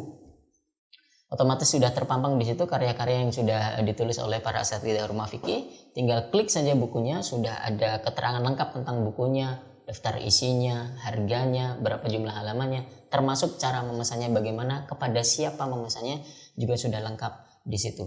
Pokoknya silahkan berkunjung ke rumah digital kami dan manfaatkan semua yang ada di situ. Ambil semua sebanyak-banyaknya, mudah-mudahan bermanfaat untuk Bapak Ibu semuanya. Nah, pengumuman terakhir juga Bapak Ibu, Sekolah Fikih Live ini Senin sampai Jumat pagi dan malam, gitu kan ya. 1 hari 2 kajian, ba'da subuh dan setengah 8 malam, yaitu mungkin sebelum Isya atau Ba'da Isya sekarang gitu ya. Tetapi untuk hari ini, Senin ini biasanya malam itu ada Ustadz Muhammad Aqil Haidar itu membahas sholat. Nah, tapi hari ini kita liburkan dulu untuk SFL yang malamnya, karena beliau Ustadz Muhammad Aqil Haidar sedang ada di luar kota. Insya Allah kita lanjutkan lagi Sekolah Fikih Live esok hari subuh itu ada Ustadz Hanif Lutfi, Insya Allah membahas ilmu hadis. Ya. Malam Rabunya? Malam Rabunya saya nggak hafal Ustadz. Bapak Ibu nanti bisa lihat di jadwalnya kita. Pokoknya sudah lengkap di sana Senin sampai karena Jumat. Minggu lalu Ustadz Wildan janji mau menceritakan kalau hari Senin apa, hari Selasa apa dan sebagainya. Saya belum siap lagi ini, mohon maaf ini Bapak Ibu. Jadi Senin sampai Jumat pagi dan malam begitu. Ada lagi yang mau ditambahkan Ustaz? Cukup. Kita tutup. Kita tutup bersama Bapak Ibu dan baca doa kafaratul majelis untuk nanti kemudian dilanjutkan doa oleh Ustaz Ahmad Sarwat. Subhanakallahumma wa bihamdika asyhadu an la ilaha illa anta astaghfiruka wa atubu ilaik. Tafadhal Ustaz. Bismillahirrahmanirrahim. Alhamdulillahirabbil alamin. Hamdan yuwafi ni'amahu wa yukafi'u mazidah. Ya Rabbana lakal hamdu wa lakasy syukru kama yanbaghi li jalali wajhika wa li'azimi sultanik. Allahumma salli wa sallim wa barik ala sayyidina Muhammadin wa ala ali sayyidina Muhammad. Rabbana anfa'na bima 'allamtana, rabbi 'allimna alladhi yanfa'una, rabbi faqihna wa faqih ahlana wa qarabatin lana fi dinina ma'a ahli al-kutri untha wa dhakar. Rabbi wafiqna wafiqhum lima tartadi qawlan wa fi'lan karama warzuqil kulla halalan daima wa akhilla atqiya ulama nahda bil khair wa nukfa kulla syarr. Rabbana aslih lana kulla syu'un wa aqirra bir ridha minkal uyun waqdi 'anna rabbana kulla duyun qabla an ta'tiyana rusulul manun waghfir wastur anta akraman satar wa salatullahi taghshal mustafa man ilal haqqi da'ana wal wafa بكتاب فيه للناس شفاء وعلى الآل الكرام الشرفاء وعلى الصحب المصابيح الغرر. اللهم اهدنا بهداك واجعلنا ممن يسارع في رضاك ولا تولنا وليا سواك ولا تجعلنا ممن خالف أمرك وعصاك. وحسبنا الله ونعم الوكيل ولا حول ولا قوة إلا بالله العلي العظيم. وصلى الله على سيدنا محمد وعلى آله وصحبه وسلم والحمد لله رب العالمين. Wassalamualaikum warahmatullahi wabarakatuh.